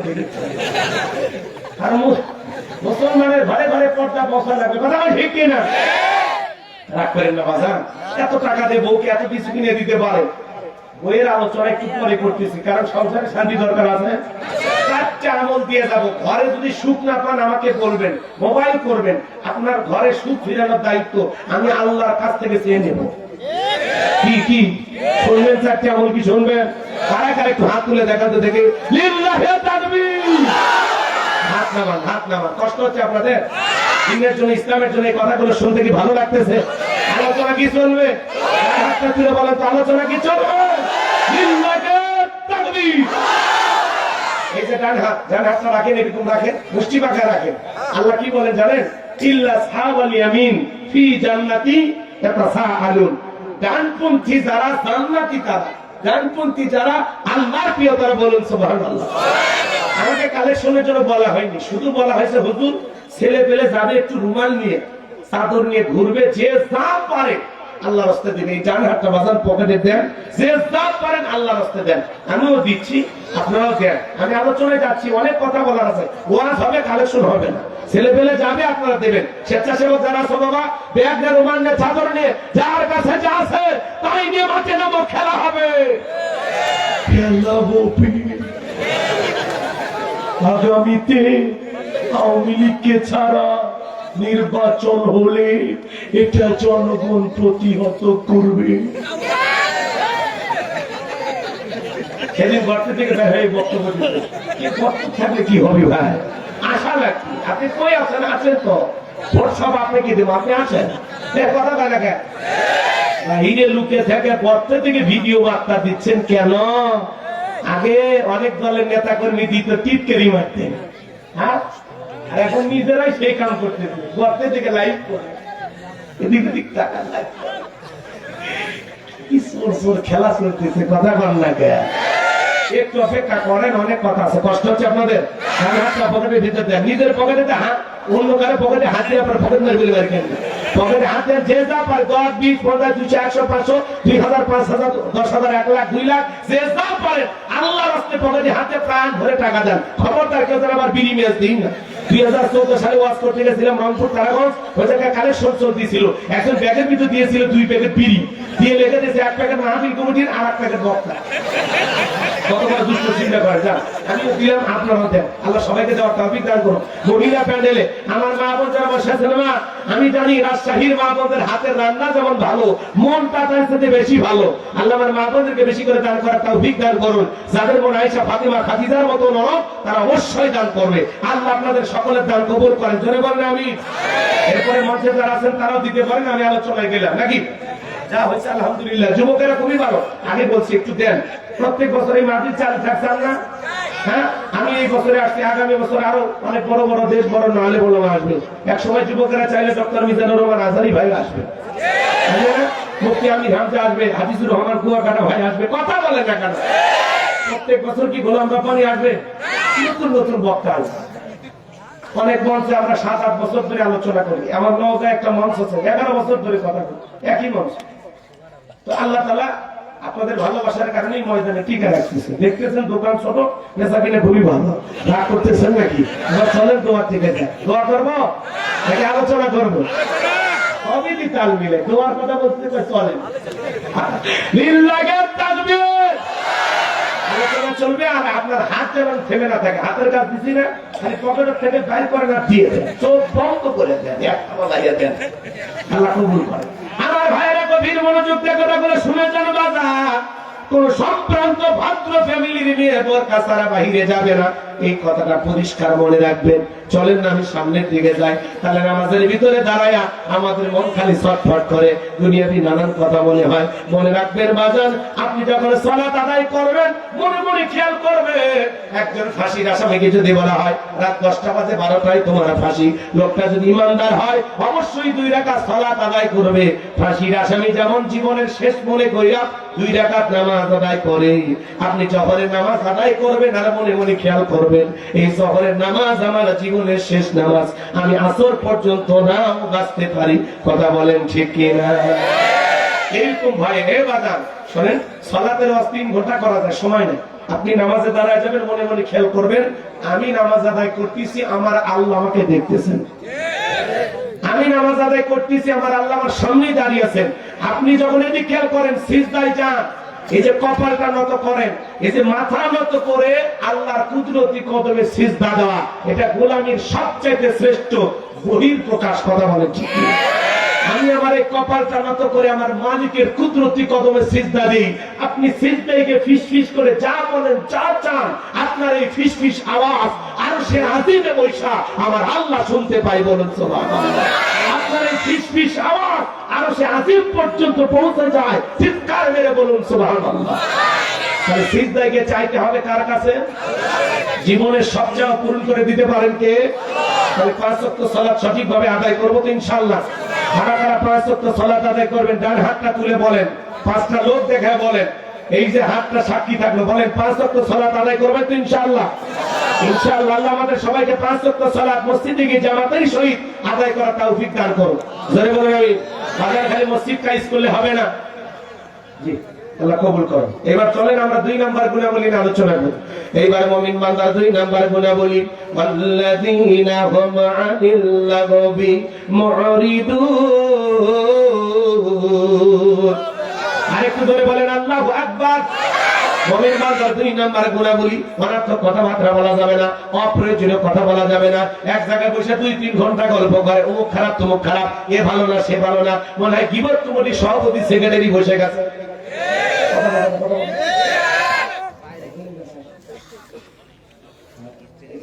ভালো লাগবে না, কষ্ট হচ্ছে। আচ্ছা, চায়ের কাপে চা খাচ্ছেন, খান। চায়ের কাপে বসে অমুক খারাপ তমুক খারাপ, এ ভালো না সে ভালো না। আচ্ছা, মানুষের সমালোচনা করে আপনার কোনো লাভ আছে? মানুষের সমালোচনা না করে, মানুষের জীবনের ভুল না ধরে, নিজের জীবনের ভুল ধরেন, নিজের আত্মসমালোচনা করেন। আরে ভাই, আমি তো আমার অপরাধের কারণে ঘুমাইতে পারি না, এত অপরাধ করছি, এত গুনাহ করছি, আমি আমার টেনশনে বাঁচি না, অন্য কেন ভাবার সময় আছে? আরে আপনি চা খাচ্ছেন, খান, এত ফটর ফটর গে, এত গল্প গে। এই চাচা, চুপ থাকেন, চাটা খান না, চাটা খান, আপনি চুপ থাকেন। মান সমাতা মাজা, চুপ থাকলে আপনি নাজাত পাবেন। আপনি যে কথা বলতেছেন, আপনার জবানের প্রত্যেকটা কথা রেকর্ড হচ্ছে, আর এই রেকর্ডের একদিন জবাব আপনাকে দিতে হবে। মা ইয়ালফিজু মিন কাউলিন ইল্লা লাদাইহি রাকীবুন আতীদ। বান্দা এমন কোন কথা বলে না, এমন কোন কাজ করে না যা রেকর্ড করার জন্য আমার ফেরেশতারা নাই। আপনার জবানের প্রত্যেকটা কথা রেকর্ড হচ্ছে, আল্লাহর কাছে একদিন জবাব দিতে হবে। এই জন্য জবান দিয়ে যা ইচ্ছা তাই বলা যাবে না। মুমিন বান্দা কথা বলবে ততটুকু প্রয়োজন, যতটুকু প্রয়োজনের অতিরিক্ত কথা বলা যাবে না। গীবত, পরনিন্দা, চগলখড়ি করা যাবে না। আপনি কি মৃত ভাইয়ের বস্তু খেতে ভালোবাসেন? না, তাহলে কেন গীবত করছেন? গীবত করা মানে মৃত ভাইয়ের বস্তু খাওয়ার মতো কথা বলেন, ঠিক কিনা? আমাকে ফিরে আসা তৌফিক দান করেন, জন্য বলেন আমিন। মুমিন বান্দার 2 নাম্বার গুণাবলী, মুমিনের টাকা হলে অনর্থক কাজ করা যাবে না। মুমিনের টাকা হলে মুমিন সিনেমা হল বানাবে না, যাত্রা গানের আয়োজন করবে না, গানের কনসার্ট দেবে না, মদের বাদ দেবে না, মরে মরে ভাস্কর্য বানাবে না। কথা বলে বিগত 16 বছর যারা ক্ষমতায় ছিল, রাস্তার মোড়ে মোড়ে ভাস্কর্য বানাইছিল 4,500 কোটি টাকা। কত টাকা? 4,500 কোটি টাকা। যে দেশের মানুষ এখনো ডাস্টবিনের খাবার করে খায়, ভোগ ফাতে ঘুমায়, সেই দেশে বিলাসিতার কোনো মানে হয়? কথা বলে না। আচ্ছা, ভাস্কর্য বানায় উনি কি করছে? 5 আগস্টে ওই ভাস্কর্যের উপর উঠে মানুষ পেশাব করছে, সব ভেঙে তছনছ করে দিছে। এই ভাস্কর্যের সংস্কৃতি, এটা মুসলমানের সংস্কৃতি নয়। কথা বলে ঠিক কিনা?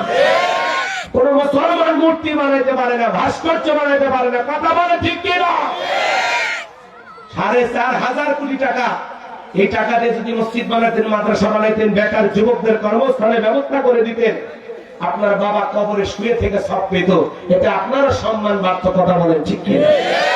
এমন কাজ করে গেছে, আজকে পৃথিবীর কোন মুসলিম দেশে আপনার জায়গা হলো না, কোন মতে ভাঙ্গা হেলিকপ্টার না দাদাদের কাছে গেছেন। আবার উনি বলে আমি দেশের কাছে আছি, চট করে ঢুকবো। হ্যাঁ, ধোকা সহজ। কথা বলে ধোকা সহজ, ধোকা সহজ না। তারপরে আমরা বলি আমাদের ভিতরে দয়া মায়া আছে ভাই, তাই না? মেয়ে মানুষ কতদিন বাইরে থাকে, আসুক, এই দেশ ওনার বাবা, এই দেশ ওনার স্বামী, উনি আসুক, কথা বলে। আসতে বলবো, বলবো বুবু আহিবা, তুমি আইবা গো, সেই দিন আইসা বুবু ক্ষমতা পাইবা না। বুবু আহিবা, তুমি আইবা গো, সেই দিন আইসা বুবু ক্ষমতা পাইবা না। খোঁজ নাই বুবু কাদের কাকার, অবস্থা খারাপ দরবেশ বাবার, হাউন আঙ্কেল এখন সামনে আসে না। নেতা কর্মী সমাজের ভিতর বুবু আছে ডরের ওপর, কখন জানি আসে গ্রেফতারি পরোয়ানা। বুবু আহিবা, তুমি আইবা গো, সেই দিন আইসা বুবু চিয়ার পাইবা না। ক্ষমতার চেয়ার থেকে নামা সহজ, কিন্তু এই চেয়ারে ওটা কঠিন। আর আগামীতে আমাদের বুঝে শুনে সিদ্ধান্ত না লাগবে। কথা বলে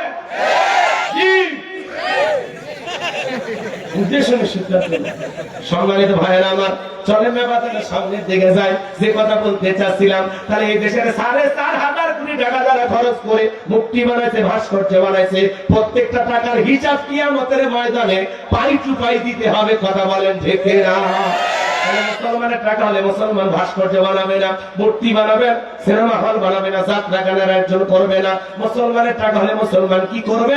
ইমানদারের টাকা হলে ইমানদার মসজিদ বানাবে, মাদ্রাসা বানাবে, ঈদগাহ মাঠ বানাবে, কবরস্থান বানাবে, রাস্তার মধ্যে ফলের গাছ লাগাই দেবে, পুকুরের ঘাট বানায় দেবে। ভালো ভালো কাজে মুমিনের টাকা ব্যয় করবে। সেই কাজে ব্যয় করলে সওয়াব পাওয়া যায়। কি পাওয়া যায়? মুমিন বান্দার 2 নাম্বার গুণা বলি। হে যুবক, কানের ভিতর ইয়ারফোন লাগায় গান শোনা যাবে না। রূপপানি নাচে কমর দোলাইয়া, কানের ভিতর ইয়ারফোন লাগায় গান শুনেতেছো, রূপপানি নাচে কমর দোলাইয়া, আল্লাহর ফেরেশতারা কবরে পিটাবে ঝোলাইয়া ঝোলাইয়া। সিরাজগঞ্জের এক যুবক কানের ভিতর ইয়ারফোন লাগাইয়া রাস্তাতে হেঁটে যাচ্ছে, বাজার রেল লাইনের উপর দিয়া, যে নেশা ধাক্কা মারিয়া 3 টুকরা করে ধুয়ে গেছে। মরার পরে কানের ভিতর ইয়ারফোন লাগানো ছিল, এখন কবরে যা, ফেরেশতারা তো জায়গা মতো বাদ্যযন্ত্র বাজাবে। কথা বলেন ঠিক কিনা? এজন্য যুবকরা এই কান আল্লাহ গান শোনার জন্য দেয় নাই, হক্কানি উলামা ইকরামদের বয়ান শোনার জন্য দিয়েছে। কথা বলেন। ভালো কথা শ্রবণ করতে হবে, এই কান দিয়া কোরআন তেলাওয়াত শ্রবণ করতে হবে, ভালো ভালো কথা কান দিয়া শোনা লাগবে। তাহলে মুমিন বান্দার 2 নাম্বার গুনাহ বলি। মুমিন বান্দা জবান দিয়ে সে কথা বলবে যে কথা বললে সওয়াব হয়। প্রয়োজনের অতিরিক্ত কথা বলা থেকে আজ থেকে বিরত হবে। কথা কম বলবো, চুপ থাকবো। চুপ থাকার মধ্যে ফায়দা আছে। কি আছে? বোঝা গেল? আপনি এত কথা বলেন, মোবাইলে টাকা তোলেন, যদি জবানটা রিসার্চ করা লাগতো কি করতে? টাকা তুলতে আল্লাহ ভাড়া দেওয়া লাগে? এই যে কথা এত বলতে ভাড়া দেওয়া লাগে? কোনদিন জিবরাইল আসছে, মিকাইল আসছে, এত কথা বলছো, তোমার বহুত টাকা হয়ে গেছে। আর তুমি নিতে? আল্লাহ যে এত সুন্দর জবান দিছে, আল্লাহ চাইলে বোমা বানাইতে পারতো না? আল্লাহ দিয়ে জবানের হকটা আদায় করে, শুকরিয়া আদায় করে, কৃতজ্ঞতা প্রকাশ করে, অনর্থক কথা না বলে জিকির করে, তাসবিহ পড়েন, কোরআন তেলাওয়াত করেন। এত কথা কেন বলতেছেন? বাপ রে বাপ, গল্প করলে আপনি পা খান, এক ফুল দিয়ে গল্প ধরছে, একবার খেয়ে খেয়েছে, পরে গল্পের খেলায় দোস্ত চা যে কখন ঠান্ডা হলো এই ক্লিয়ার না। এত সুন্দর গল্প করতেছিল, তো সুন্দর গল্প বান্ধব হয়, জায়গাও তো করি বেড়া না, ভালো হয় না, ভালো হয় না। এত গল্প কেন রে ভাই? অমুকের বউ কি করছে, অমুক হুজুর কি করছে, অমুক কি করছে, এলে গল্প আপনার দরকার আছে না? ভালো মানুষ নিজেকে নিয়ে ভাববেন। কষ্ট পাইছেন? পাইলে আমার কিচ্ছু করার নাই, ওয়াজ করলে হবে না, মাঝে মাঝে বাস্তবতার আলোকে ওয়াজও করা লাগবে। সমাজে সে কথা বলবো যে কথা বলে সব হয়, সমাজে সেই কাজ চালু করবো যে কাজ চালু করলে সব হয়। রাস্তার এই যুবক শোনো, এছাড়া মাহফিল দিয়েছেন, যুবকেরা কই গেল? এই রাস্তা তোমাদের পুরো রাস্তা গাছে গাছে লেখা রাখবা সুবহানাল্লাহ, আলহামদুলিল্লাহ, আল্লাহু আকবার, লা ইলাহা ইল্লাল্লাহ, আস্তাগফিরুল্লাহ। যত মানুষ যাবে এই কাজগুলো করবে, তারাও সব পাবে, যারা লাগায় রাখছে তারাও সব পাবে। তাহলে রাস্তার মোড়ে মূর্তি না, ভাস্কর্য না, লিখে রাখবো সুবহানাল্লাহ, আলহামদুলিল্লাহ, লা ইলাহা ইল্লাল্লাহ, আল্লাহু আকবার, সুবহানাল্লাহি ওয়া বিহামদিহি, সুবহানাল্লাহিল আযীম। পারবো ইনশাআল্লাহ। কয়েকটা কম্পিউটার দিয়ে ছাপাইয়া ফটোকপি করে লাগাই দেন, সব পাবেন। পারবো না? আল্লাহ কবুল করেন, জোরে বলেন আমিন। তাহলে মুমিন বান্দা সেই কাজ চালু করবে যে কাজ চালু করলে সওয়াব হয়। মুমিন বান্দা কান দিয়ে সেই জিনিসগুলো শুনবে যেগুলো শুনলে সওয়াব হয়। এক কথায় সওয়াব আছে যেখানে, আর গুনাহ আছে যেখানে। আল্লাহর ভয়ে সকল গুনাহ থেকে আল্লাহ আমাদের বেঁচে থাকার তৌফিক দান করেন। এটা হলো 2 নাম্বার গুনাহ বলি। মন্দ কথা বলবো না, মন্দ কাজ করবো না, মন্দটা শুনবো না। ভালো কথা বলবো, ভালো কাজ করবো, ভালো গুলো শুনবো। ক্লিয়ার? 2 নাম্বার বিষয় ক্লিয়ার। এবার 3 নাম্বার, আল্লাহ রাব্বুল আলামিন বলেন ওয়াল্লাযীনা হুম লিয-যাকাতি ফাঈলুন। মুমিন বান্দা 3 নাম্বার গুনাহ বলি, আল্লাহ যদি মুমিন বান্দাকে নিসাব পরিমাণে সম্পদের মালিক বানায় দেয়, মুমিন বান্দাকে আল্লাহ যদি ধনী বানায় দেয়, মুমিন বান্দা সক্রিয়ভাবে হিসাব করে করে বছরে কয় লাখ টাকার কয় হাজার টাকা যাকাত আসবে, কয় কোটি টাকার কয় লাখ টাকা যাকাত আসবে, হিসাব করে করে বছরে একবার যাকাত দেবে কার ভয়ে? যাকাত দেওয়া নফল না ফরজ? নামাজ আদায় করা যেমনি ফরজ, যাকাত দেওয়া তেমনি ফরজ। যাকাত আসছে দারিদ্রতা বিমোচন করার জন্য, অভাব মুক্ত সমাজ রাষ্ট্র দেশ করার জন্য। যাকাত আসছে রাস্তার এই পারে 10 তালা, এই পারে গাছতলা, তার ব্যবধানকে দূর করার জন্য। যাকাত আসছে অসহায় মানুষের পথে পড়ে থাকা দুঃখী মানুষের মুখে হাসি ফোটায়া তাদের অধিকারকে প্রতিষ্ঠিত করার জন্য। বলেন আল্লাহু আকবার। এবার আমার কথার প্রশ্নের উত্তর দেন, বাংলাদেশের অর্থনীতি যাকাত ভিত্তিক না সুদ ভিত্তিক?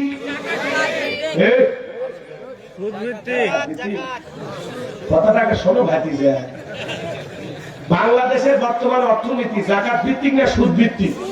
সুদ ভিত্তিক অর্থনীতি। হালাল না হারাম? আচ্ছা, কুকুরের বাচ্চা হয় 7টা 8টা 10টা 12টা 15টা বলে হয় নাকি? শুনছি, আমি তো করি না, লালন পালন তো করি না।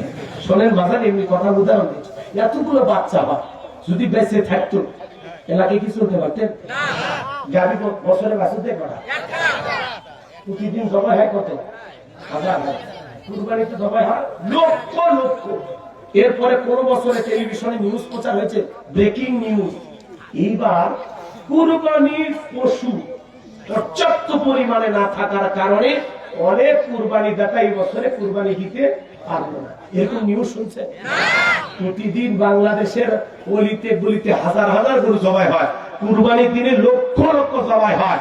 এত খাওয়া খাইতেছি, এরপরেও যদি এই জলাহারা গ্রাম, এই গ্রামের মধ্যেও যদি খুঁজি 100-150 গরু পাওয়া যাবে না? কুত্তে ঘোড়া বেশি পাওয়া যাবে? তার মানে জন্মের হাওয়া হয়, জন্মের মরা মরে। হারামে কোনো বরকত নাই, হালালে বরকত আছে। আর হালালে এত বরকত সংখ্যায় কম হোক, কিয়ামত পর্যন্ত খায়া উড়ানো যাবে না। সুবহানাল্লাহ। এই জন্য সুদ ভিত্তিক অর্থনীতিতে মাথা পিছু আয় দেখানো যায়, মাথা পিছু আয় দেখানো যায় যে আমরা বিশ্বের এখানে সিঙ্গাপুর ফেল রাখছি। কথা বলতে বোঝেন নেই? মাথা পিছু এত মাথা পিছু আয় দিয়ে ঘোরা ঠিক করবেন। হ্যাঁ, প্রত্যেকটা নেতা বলে আমরা 1 কোটি 2 কোটি মানুষকে দারিদ্র মুক্ত করবো। কিসের 1 কোটি 2 কোটি? স্লোগান বাদ দেন, বলেন যে পুরো বাংলাদেশকে আমি দারিদ্র মুক্ত করবো ইনশাআল্লাহ। আর কোন পদ্ধতিতে গোলাম রব্বানির কথাটাই শুনে যান। পদ্ধতি আমার না, পদ্ধতি আল্লাহর। আল্লাহ বলেছেন, আমি খালি শুনাইয়া দিচ্ছি। যদি কোন নেতা বাংলাদেশকে দারিদ্র মুক্ত করতে চায়, যাকাত ভিত্তিক অর্থনীতি ছাড়া বাংলাদেশকে কোন নেতা দারিদ্র মুক্ত করতে পারবে না। কেউ যদি বলে ওটা ফাঁকা আওয়াজ, ভোট দেওয়ার কথা, ডায়লগ জনগণকে ভুলানো। নির্বাচনের আগে 1 টাকার অভিনয় দেখেন না, রাস্তার শোকনি আছে 500 টাকা দিয়ে ভিক্ষুক মহিলা 500 টাকা দিয়ে পড়াশোনা করে কাজে। বর্তমানে নেতা তো না, অভিনয়। এখন দেখবেন কি সুন্দর টুপি দাড়ি পাঞ্জাবি পরে, মানে আসমান থেকে জিবরাইলের খালি এই মাত্র আছে না? ভোট নেওয়া শেষ, নেতার সোনার বাংলাদেশ। আর তার পিছনে আপনি স্লোগান দেন, শোনেন একটু পরেই বলতেছি, তাহলে বাংলাদেশের অর্থনীতি কি করে রাখবে? যাকাত ভিত্তিক অর্থনীতি। শোনেন, যাকাত ভিত্তিক অর্থনীতি চালু করে একটা যাকাত মন্ত্রণালয় চালু করতে হবে। আর এই যাকাত মন্ত্রণালয়ের দায়িত্ব এদেশের বিজ্ঞ ইসলামিক স্কলার, দ্বীনের দায়ী আলেমদের কাজে দেওয়া লাগবে। ওই বংশ চালচোর, বিকাশের টাকা চোর, দুর্নীতিবাজ, লম্পটকারী, দেশের টাকা বিদেশে পাচার করে, ওই সমস্ত দুর্নীতিবাজদের হাতে দেওয়া যাবে না। ওরা যাকাতের সব টাকা বিদেশে নিয়ে যাবে। আর তার পিছনে আপনি স্লোগান দেন, বল্টু ভাইয়ের চরিত্র ফুলের মতো পবিত্র, নামাজ পড়ে ভক্ত, গাঁজা খাই 5 ওয়াক্ত, ঘুম চুরিতে পাকা ভক্ত, শয়তানের 1 নাম্বার ভক্ত, হুজুরদের জন্য খুবই শক্ত, চুষে খায় গরিবের রক্ত। পোস্টার লেখা আছে গরিবের বন্ধু, ভোটে দেখে গরিবের 5 নাম্বার শত্রু, একটা বয়স্ক ভাতার কাঠ নিবেন গেলে 2-4 হাজার খায়। হ্যাঁ, কথা কথা ঠিক আছে না? সোজা হবে না। পোস্টারের নিচে লেখা আছে সেবা করার সুযোগ দিন। আমার ডায়লগ তোমাকে 12:30 বাজে রাগ করতেছেন নাকি আপনারা? আমি বলতেছি ওইটা কাটে ওই জায়গায় লেখো ধনী হওয়ার সুযোগ দিন। নির্বাচনের আগে সাইকেল কেনার টাকা নেই, বড় সাইকেল কেনার টাকা নেই, সেই নেতা নির্বাচিত হওয়ার পরে গাড়ি বাড়ির মালিক হয়ে যায়, রাজশাহীতে বাড়ি, ঢাকাতে বাড়ি, শোনা যায় বিদেশেও বাড়ি, কোটি কোটি টাকা পায় কোথা থেকে? আসমান থেকে জিবরাইল দেয়। এত টাকার মালিক কোথা থেকে হয়? সব টাকা জনগণে লুটপাট করে নেয়, দুর্নীতি করে নেয়। রাস্তার বরাদ্দ হয় 5 কোটি, ওপর থেকে নিচ পর্যন্ত পকেটে ঢুকতে ঢুকতে ভাগাভাগি হইতে হইতে টাকা 4 কোটি শেষ। কোনো মতে 1 কোটি টাকা থাকে, ওইটা দিয়ে রাস্তার খালি পাথর গুলে আলো কাপড় দিয়ে কালো করে ধুয়ে যায়। ছাগল পেশাব করলেও পণ্যের বাড়ির মতো বেঁচে যায়। এরকম দুর্নীতি আছে না নাই? আমাদের দেশের একজন আলেম মাওলানা হেদায়েতুল আজাদি বরিশালের একটা ইউনিয়নের চেয়ারম্যান হয়েছে। ওই ভাই আমাদেরকে বলতেছেন যে বাংলাদেশের রাস্তায় যে পরিমাণে বরাদ্দ দেওয়া হয়, 1 কিলোমিটারের যে বরাদ্দ, এইটা দিয়ে সঠিকভাবে কাজ করলে 7 কিলোমিটার রাস্তা করা যাবে। কয় কিলোমিটার? তাহলে আলেমদের দরকার নাই? এক হুজুরের বক্তব্য। আলেমেরা কি করবে জানেন? সমস্ত ধনীদের তালিকা করবে। শোনেন, এদেশের অধিকাংশ ধনী হিসাব করে জাকাত দেয়। ইনি ধনী মানুষ, জাকাত আছে 1 কোটি টাকা, কোনো মতে 5-10 লাখ টাকা জাকাত দিয়ে নিজের 90 লাখ নিজেই মেরে খায়। ইনি ধনী মানুষ, জাকাত আছে 10 লাখ, কোনো মতে 2-3 লাখ দিয়ে নিজের 6 লাখ নিজেই মেরে খায়। এর দেশের ধনীরা জাকাত পাইছে, জাকাত মানে হলো শাড়ি লুঙ্গি। এমন লুঙ্গি কিনে দেয় ভাই, 200 টাকার লুঙ্গি, লিটন লুঙ্গি, পরে থাকলে ওর জান্নাত জাহান্নাম সব বোঝা যায়। এমন শাড়ি কিনে দেয় 300 টাকা দাম, ধুয়ে দিলে শাড়ি না মশারি খুঁজে পাওয়া যায় না। এই ধনী, এই শাড়ি তোর বউরে পরাবি। জাকাত মানে শাড়ি লুঙ্গি নয়। হযরত ওমর ফারুক থেকে বলেন, তোমরা জাকাতের অর্থ এমন ভাবে দাও যাতে ওই ব্যক্তি জাকাতের জন্য আর কারো দুয়ারে হাত না পাতে। এই ছেলেটা বেকার বসে আছে, ওরে জাকাতের 1-1.5 লাখ টাকা দিয়া গোদাগাড়ি বাজার একটা দোকান ধরায় দেন। আল্লাহ চাইলে 5-7 বছর ব্যবসা করে ওই ছেলে নিজেও ভবিষ্যতে জাকাত দেবে। এই ছেলে বেকার বসে আছে, ওরে জাকাতের 1-1.5 লাখ টাকা দিয়া একটা অটো ভ্যান বা রিক্সা কিনে দেন। আল্লাহ চাইলে দৈনিক 500-600 হাজার টাকা ইনকাম হলো, এই মানুষটার বেকার থাকলো, সমাজের বোঝা থাকলো। শোনেন, বিধবা নারী আসছে, শাড়ি দিয়ে কি লাভ? সেলাই মেশিন দেন, 2টা ছাগলের বাচ্চা কিনে দেন, 2টা গাড়ি গরু কিনে দেন, এগুলো লালন পালন করে ভাগ্যের চাকা ঘুরাবে। এক কথায় জাকাতের অর্থ দিয়া মানুষের কর্মস্থানের ব্যবস্থা করে দিতে হবে। এই জন্য আল্লাহ তাআলা জাকাত ভিত্তিক অর্থনীতি দিয়েছেন। কথা শোনেন, আলেমেরা কি করবে? সমস্ত ধনীদের তালিকা করবে। ইনি ধনী মানুষ, বলে তো আপনার ব্যাংকের অ্যাকাউন্টে কত টাকা, বইয়ের অ্যাকাউন্টে কত, গোপন সিন্ধুকে কত, সাদা কত, কালা কত, আপনার টাকা আসছে জাকাতের 2,75,72,500 টাকা। ধনী জাকাত দেবে না, জাকাত আদায় করা হবে। কথা কয় না, ধনী ছিঁড়ে গেছে, কি হয়েছে? ভয় পাচ্ছেন কে? না করতেছে হাতিয়ে হাতিয়ে ছিঁড়ে গেলে কি হবে? কিচ্ছু হবে না। দোয়া করেন খালি আমার জন্য। খারাপ কিছু বলতেছি? কষ্ট বহু শুনছেন। জাকাতের ওয়াজ পাইছেন, হুজুর করে। জাকাতের ওয়াজ দরকার আছে। রাষ্ট্র গঠন করতে হলে জাকাতের ভূমিকার বিকল্প কোন পদ্ধতি নাই। রাষ্ট্রকে উন্নত করতে হলে আল্লাহর দেয়া পদ্ধতি অনুসরণ করতে হবে। শোনেন আমার কথা, শোনেন। খারাপ লাগতেছে? লিল্লাহি তাকবীর। উনি জাকাত দেবে না, কিন্তু জাকাত ভিত্তিক অর্থনীতি চালু হলে, জাকাত মন্ত্রণালয় চালু হলে সমস্ত ধনীদের তালিকা করা হবে। বাংলাদেশে একটা ছোট করে জরিপ করে দেখেছি আমরা, এই দেশে যদি 7 থেকে 10 বছর জাকাতের টাকা আদায় করা হয়, আর আল্লাহ তাআলা সূরা তাওবার ভিতরে যে জাকাতের 8টা খাত দিয়েছেন, এই খাত অনুযায়ী যদি জাকাতগুলো বন্টন করা হয়, এই বাংলাদেশে 10 বছর পরে একজন গরিব জাকাত নেওয়ার জন্য খুঁজে পাওয়া যাবে না। চিৎকার মেরে বলুন আল্লাহু আকবার। স্বাধীনতার 54 বছরে কেটে গেল, গরিবের ভাগ্যের উন্নতি হয়নি। রিক্সা চালায় দিন যায়, ভ্যান চালায় দিন যায়, ভিক্ষুকের ভিক্ষা করে দিন যায়, সমাজ পরিবর্তন হয় না। ওরা গরিবের রক্ত নিয়ে রাজনীতি করে, গরিবের রক্তের উপরে দাঁড়িয়ে ভোট চায়, গরিব কেনে রাজনীতি করে। কোন নেতার ছেলে মিছিল এসে রক্ত দেয় না, জীবন দেয় না, এরপরে ওরা বিলেট বহুল গাড়িতে চলে। আর আপনার ভাঙ্গা বাড়ি ভাঙ্গাই থাকলো। এই জন্য ভাঙ্গা বাড়ি যদি চাঙ্গা করতে চান, ভিক্ষাবৃত্তি থেকে যদি দূরে আসতে চান, পতিতালয়ের নারীদের যদি নিরাপদ একটা জীবন দিতে চান, ইসলামকে ক্ষমতায় পাঠাইতে হবে। ইসলাম ছাড়া এই জমিনে শান্তি আসবে না, আসবে না, আসবে না। কেবলমাত্র ইসলামই পারে এই দেশের শান্তি প্রতিষ্ঠিত করতে। কথা বলে ঠিক না? এগুলো বাজার 54 বছরে সবকিছু দেখা শেষ। আগামীতে ইসলামের বাংলাদেশ। আল্লাহ যেন এই জমিনকে ইসলামের জন্য কবুল করেন। চিল্লা বলেন আমিন। স্বপ্ন দেখা ভালো, আমি পূরণ করতে পারি না, আমার ছেলে পূরণ করবে, ছেলে না পারলে নাতিপুতি পূরণ করবে। কিন্তু মুসলমান হিসাবে, ইমানদার হিসাবে একটাই চাওয়া, সে আল্লাহর বিধান অনুযায়ী নামাজ পড়তেছি, সে আল্লাহর বিধান দিয়ে রাষ্ট্রটাও পরিচালনা হবে। হাত তুলে দেখান, চান তো? ইনশাআল্লাহ আল্লাহ কবুল করেন, জোরে বলেন আমিন। এবার চলেন ছোট একটা ঘটনা আপনাদেরকে শোনাই, 2-3 মিনিট, কষ্ট হবে নাকি? মুসা আলাইহিস সালামের নাম আপনারা শুনেছেন, মুসা নবীর নাম শোনেন নাই? পয়গম্বর কারণের কাছে যা বলে, কারণ তোমার যাকাত দিতে হবে, কারণ দেখে বলে আমি যাকাত দিতে পারবো না। মুসা আলাইহিস সালামের রাগ কম না বেশি? যেই নবী রেগে গেলে মাথার টুপি ভেদ করে চুলগুলো খারাপ হয়ে যায়, এত রাগ। এই পৃথিবীর জমিনে একজন মানুষ মুসা নবী, যে রাগলে চুল খারাপ হয়ে যেত। আল্লাহ যে নবী আজরাইলকে পর্যন্ত থাপ্পড় মারছে, এক ঘুষে ফিরাউনের এক কীর্তিকে বিদায় করে দিয়েছিল। বাজান আল্লাহু আকবার বলে। সেই পয়গম্বর মুসা নবী বলে, কারণে যাকাত না দিলে যাকাত আদায় করা হবে। মুসা নবী রাগান্বিত চেহারার দিকে তাকায়া কারণ দেখে বলে, কত টাকা যাকাত দিতে হবে আমাকে বলেন। আল্লাহর পয়গম্বর মুসা আলাইহিস সালাম দেখে বলে, শতকরা 2.5% যাকাত দিতে হবে। কারণ বলে, ঠিক আছে, আমার একটু সময় দেন, হিসাব নিকাশ করে আপনাকে জানাবো। এই কথা বলে মুসা নবী চলে গেলেন। কারণ এইবার হিসাব নিকাশে বসে গেল। এই কারণকে আল্লাহ এত সম্পদ দিয়েছিল বাজান, 70টা উট লাগতো চাবি বহন করতে। চাবি যদি এত হয় তালা কত, আর তালা যদি এত হয় সিন্ধুকের মাল কত, ছোট মাথায় ধরবে না।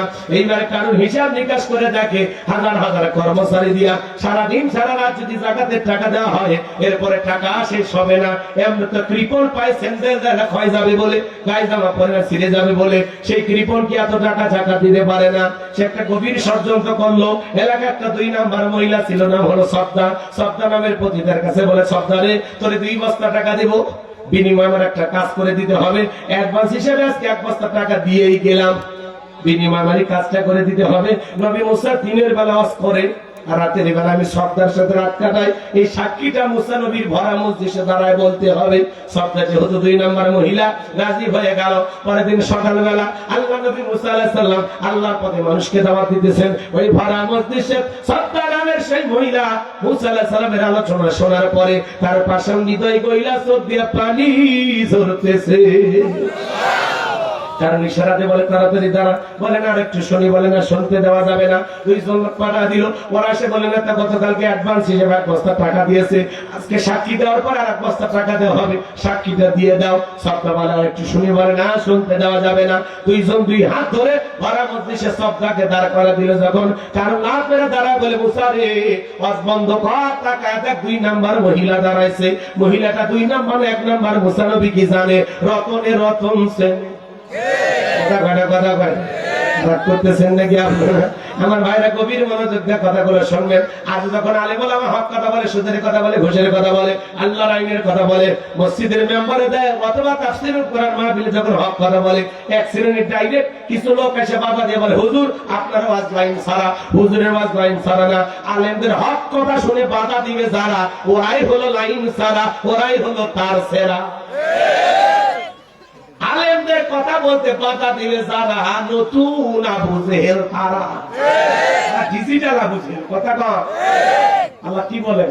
وقال الذين كفروا لا تسمعوا لهذا القرآن والغوا فيه لعلكم تغلبون।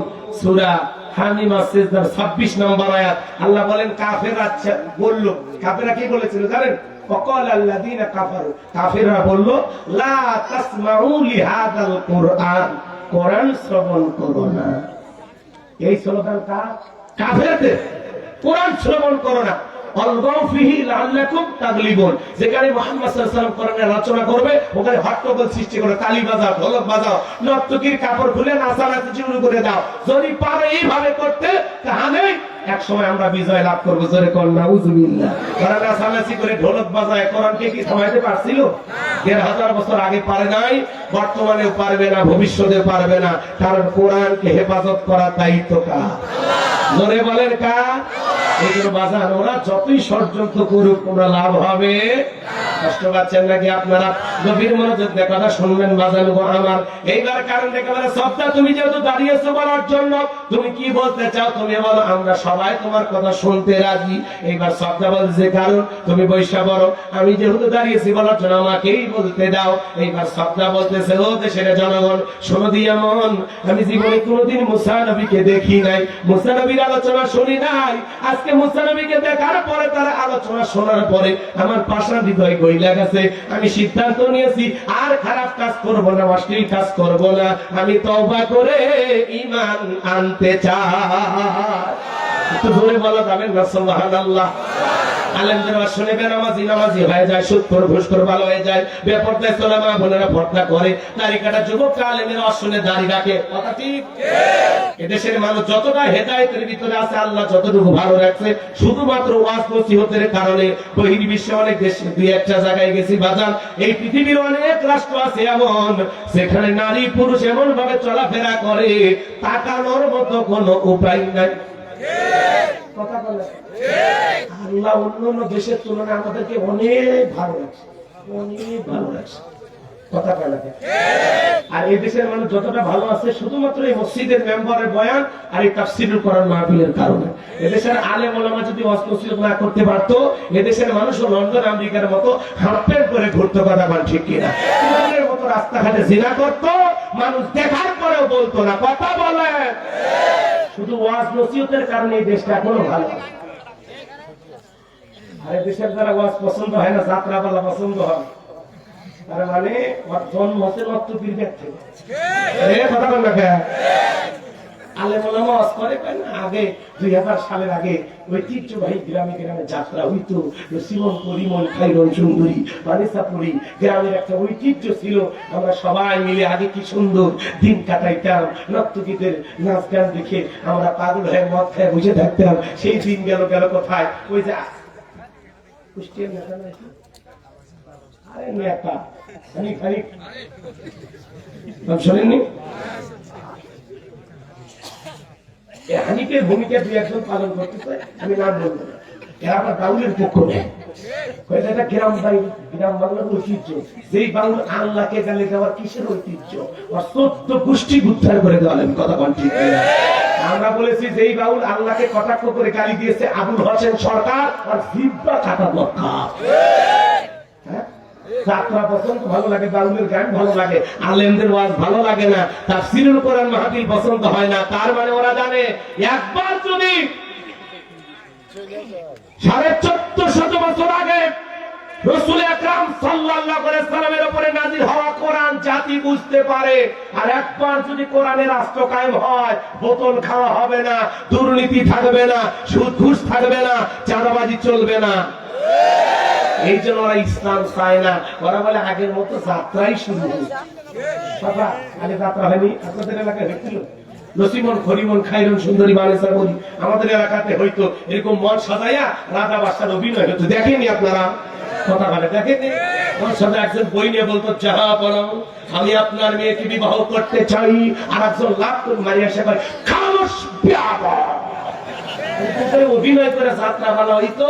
সেই যাত্রা পালা বন্ধ হয়ে এখন গ্রামে গ্রামে তাফসীরুল কোরআন মাহফিল। যুবকেরা আর গান বাজনার আয়োজন করে না, এখন কলিজার টুকরা যুবকেরা গ্রামে গ্রামে তাফসীরুল কোরআন মাহফিলের আয়োজন করে। কথা বলে ঠিক কিনা? এই জন্য আগেই বলেছি ইসলামের গণজোয়ার কিন্তু শুরু হয়ে গেছে। খুব তাড়াতাড়ি এদেশে ইসলাম কায়েম হবে। আল্লাহ স্বপ্ন পূরণ করে দেয়।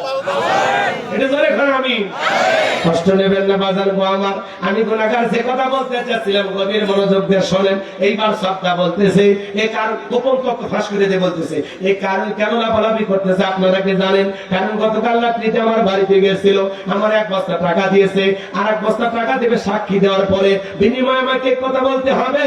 নবী মুসা দিনের বেলা বাস করে আর রাতের বেলা আমি সবার সাথে রাত কাটাই, কিন্তু আপনাদেরকে সাক্ষী রেখে বলতেছি মুসা নবীর চরিত্র ফুলের চাইতে পবিত্র। ওই কারণ হলো আমি সবদার নিয়মিত ভক্ত। বলেন আল্লাহু আকবার।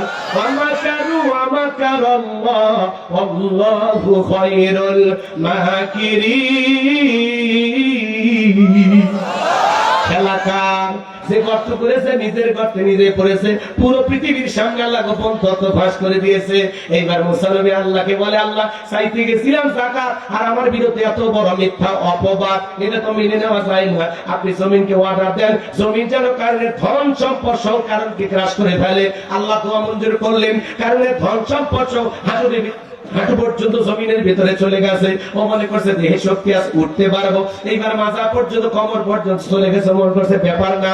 এইবার যখন গলা পর্যন্ত জমিনের ভিতরে চলে গেছে, কারণ থেকে বলে, নবী মুসা, ধন সম্পদ যা আছে সব তোমার আর তোমার আল্লাহ, তুমি শুধু আমার জানটা ভিক্ষা দাও। মুসা আলাইহিস সালাম থেকে বলে, আল্লাহুস সামাদ, আমার আল্লাহ অমুকফেকি, আমার আল্লাহ কারো কাছ থেকে কিছুই নাই না, আমার আল্লাহ শুধু দিয়েই যায়। কারণ তোর ধন সম্পদ সহ পৃথিবীর জমিন থেকে এইভাবে বিদায় নিয়ে যা, আর পৃথিবীর ইতিহাসে সাক্ষী থাক, তোর মতো যারা স্বর্ণ রূপা টাকা পয়সা জমা রাখবে, আল্লাহ রাস্তায় খরচ করবে না, কঠিন কিয়ামতের ময়দানে তুই কারণের কাতারে আল্লাহ তাদেরও বিচার করবে।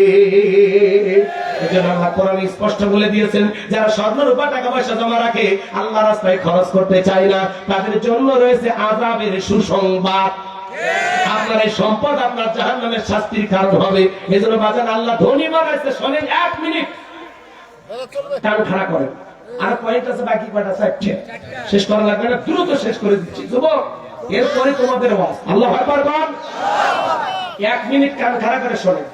আল্লাহ তাআলা যে আপনাকে যাকাত দেওয়ার জন্য কবুল করছে, আপনাকে পৃথিবীর এত মানুষের মধ্যে আপনাকেও যে যাকাত দাতাদের তালিকায় আল্লাহ কবুল করছে, এটা শুকরিয়ার বিষয় না? তাহলে যাকাতকে জরিমানা মনে করতেছেন কেন? কিয়ামতের আগে মানুষ যাকাতকে জরিমানা মনে করবে। 1 লাখ টাকা থেকে 2,500 টাকা, তাহলে 97,500 টাকা থাকলো, টাকাটা মিল থাকলো না, এই ভেবে মানুষ যাকাত দেওয়া থেকে বিরত থাকবে। কথা বলেন, যাকাত দিলে ধনীর সম্পদ কমে না বাড়ে? আল্লাহ যাদেরকে যাকাত দেওয়ার তৌফিক দিয়েছেন, হিসাব করে প্রত্যেক বছর একবার যাকাত দিবেন, বিশ্বাস করেন বাজান, আখিরাতেও বাঁচবেন, দুনিয়াতে সম্পদও আল্লাহ বৃদ্ধি করে দিবেন। আল্লাহ তৌফিক দান করুন। আমরা প্রত্যেক বছর হিসাব করে যাকাত দেব, কার ভয়ে? আল্লাহর ভয়ে, ইনশাআল্লাহ। ইনশাআল্লাহ। এবার মুমিন বান্দার 4 নাম্বার গুণাবলী আল্লাহ রাব্বুল আলামিন সুন্দর করে জানিয়ে দিলেন। মুমিন বান্দার 4 নাম্বার গুণাবলী, কষ্ট হচ্ছে আপনাদের না? দেখা পাইতেছেন? মুমিন বান্দার 4 নাম্বার গুণাবলী, ওয়াল্লাযীনা হুম লিফুরুজিহিম হাফিজুন। মুমিন বান্দার 4 নাম্বার গুণাবলী, নিজের যৌবনটাকে সংযত রাখা, নিজের যৌবনটাকে কন্ট্রোল করা। মুমিনের যৌবন হোটেলে বিক্রি হতে পারে না, পার্কে বিক্রি হতে পারে না। মুমিন কোনোদিন বিয়ের আগে অবৈধ প্রেম ভালোবাসা করতে পারে না। কথা বলেন ঠিক কিনা? এই যুবক, আল্লাহ শিশুকালের হিসাব নেবেন না, হিসাব নেবেন যৌবনকালের। যৌবনকালে আমরা গুনাহ করতে ভালোবাসি, আর যৌবনকালে ইবাদত পছন্দ করেন তিনি কে? এজন্য যুবক, এই রঙের যৌবন একদিন জং ধরবে, এই কাঁচা দাড়িটা একদিন সাদা হয়ে যাবে, টাইট চামড়াটা একদিন ঢিল হয়ে যাবে। কথা বলেন, তোমার গহনা দিন ফু রাইয়া যাইবে, গহনা দিন ফু রাইয়া যাইবে, যৌবনে লাগবে ভাটি, ওই যে দেখো ডাকিতেছে তোমায় কবরের মাটি। বলেন, ওই যে দেখো ডাকিতেছে তোমায় কবরের মাটি, যেদিন সন্ধ্যার আগে ডুববে রে বেলা, এক নিমিষেই ভেঙ্গে যাবে তোমার রঙেরই মেলা। কারে দিবা তুমি জোরে ধমক, কারে দিবা তুমি জোরে ধমক, কার মাথায় ভাঙবা লাঠি, ওই যে দেখো ডাকিতেছে তোমায় কবরের মাটি। খবর পেয়ে আসবে আত্মীয় স্বজন, তোমারই চার পাশে পয়সা সবাই করিবে কান্দন, সাজাইবে তোমায় মনের মতন, সাজাইবে তোমায় মনের মতন, কি সুন্দর পরিপাটি, ওই যে দেখো ডাকিতেছে তোমায় কবরের মাটি, ওই যে দেখো ডাকিতেছে তোমায় কবরের মাটি। ঘুইরা মরো তুমি, ফিরা মরো তুমি মায়ারি পিছে, এত আশা ভালোবাসা সবই যে মিশে, কোন দিন যেন আইসা পরে কোন দিন জানো, আইসা পরে আজরাইলের হাতের চিঠি, ওই যে দেখো ডাকিতেছে তোমায় কবরের মাটি। জোরে কন্যা মারহাবা। আল্লাহর সাথে করতেছে ভাই, যেদিন হবে চামড়াটি সেদিন দিবা আল্লাহর সাথে মিল, কিন্তু না রে যুবক, এই যৌবন কালের রুকু সিজদা ইবাদতকে আল্লাহ পছন্দ করে। আল্লাহ যদি যৌবন কালে আমার ইবাদতকে ভালোবাসে, তাহলে আমি আমার আল্লাহকে খুশি করার জন্য আমার যৌবন কালের ইবাদত কি করব? কম না বেশি? বাজার এই শোনেন না, 70-80 বছরের চাচা যদি বলা হয় চাচা পৌষ মাস মাঘ মাস একটু পুকুর থেকে গোসল করে আসেন, রাত 2টা বাজে 2000 টাকা দিল। চাচা বলে ভাতিজা ওই পুকুর থেকে গোসল করে 2000 টাকা নেওয়ার মতো শক্তি থাকবে তো? কিন্তু একটা যুবককে যদি বলা হয় যুবক 2000 টাকা রাত 2টা বাজে মাঘ মাস একটু গোসল করে আসবে, হুজুর কাপড় খুঁজছি টাকা বের করেন। যুবকের একটা পাওয়ার আছে, স্পিরিট আছে, কথা বলেন। যৌবন কালে ঠান্ডা পানিতে ওযু করার ক্ষমতা যুবকের আছে, কিন্তু 70-80 বছরের বুড়া চাচা চাচিমা গরম পানি করে দিলে চাচার ভাগে ওযু আছে, নামাজ আছে। গরম পানি নাই, চাচার ওযু নাই, নামাজও নাই। কথা বলে এই যুবক, শোনো শোনো শোনো শোনো শোনো শোনো, তোমাকেই বলছি যুবক, আমার দিকে কান লাগা। এই যৌবন কালে ঠান্ডা পানিতে ওযু বানাইয়া তুমি লম্বা সময় রুকুতে থাকতে পারবা। বৃদ্ধকালে লম্বা সময় রুকু করা যায় না, লম্বা সময় থাকলে মনে হয় পড়ে যাবে। আর প্রত্যেকটা নাট স্ক্রু ঢিল হয়, ব্যথা শুরু হয়েছে, এতক্ষণ নিচু হয়ে থাকা সম্ভব নয়। যৌবনকালে ইচ্ছা করলে 20 মিনিট রুকু থাকা যায়, 10 মিনিট রুকু থাকা যায়, চাইলে 1 ঘন্টাও রুকু করা যাবে। কিন্তু বৃদ্ধকালে 1-1.5 মিনিটও থাকা কঠিন হয়ে যাবে, থাকতে পারবে না। শোনেন না শোনেন না, কথাটা শোনেন। সিজদায় যখন যাবেন, 70-80 বছরের মুরব্বী চাচা মানে বেশিক্ষণ সিজদায় থাকলে দমাকে মারা যাবে। ওটি ছায়া চাচা সুবহানাল্লাহ পড়া বাদে বয়স হয়ে গেছে, হাঁপানি হয়েছে, নানান সমস্যা। হাসেন না, বুড়ে চাচাদেরকে নিয়ে এরকম করতেছি তা না, এটা উদাহরণ দিচ্ছি বুঝানোর জন্য। আমিও তো বুড়ে হতে পারি, কথা বল না কেন?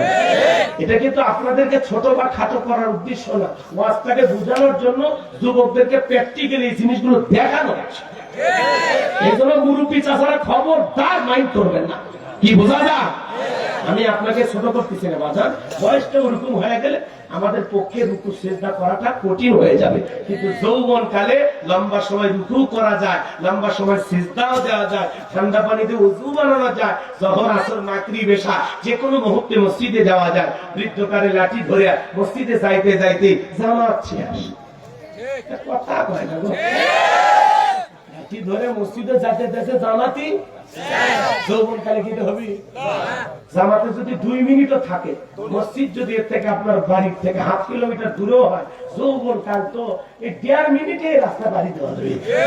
পাওয়া ভিতরে আল্লাহ এত স্পিড দিচ্ছে, খালি পাও ফেলা আর যায়, পাও ফেলা আর যায়। কিন্তু বুড়া বয়সে দেখে দেখে ভালো লাগে, টিপে টিপে ভালো লাগে, চামড়া ঝরে গেছে, উপায় না, কথা হয় না গো। তাহলে যৌবন কালে ইবাদত পছন্দ করে কে? জোরে বলেন কে?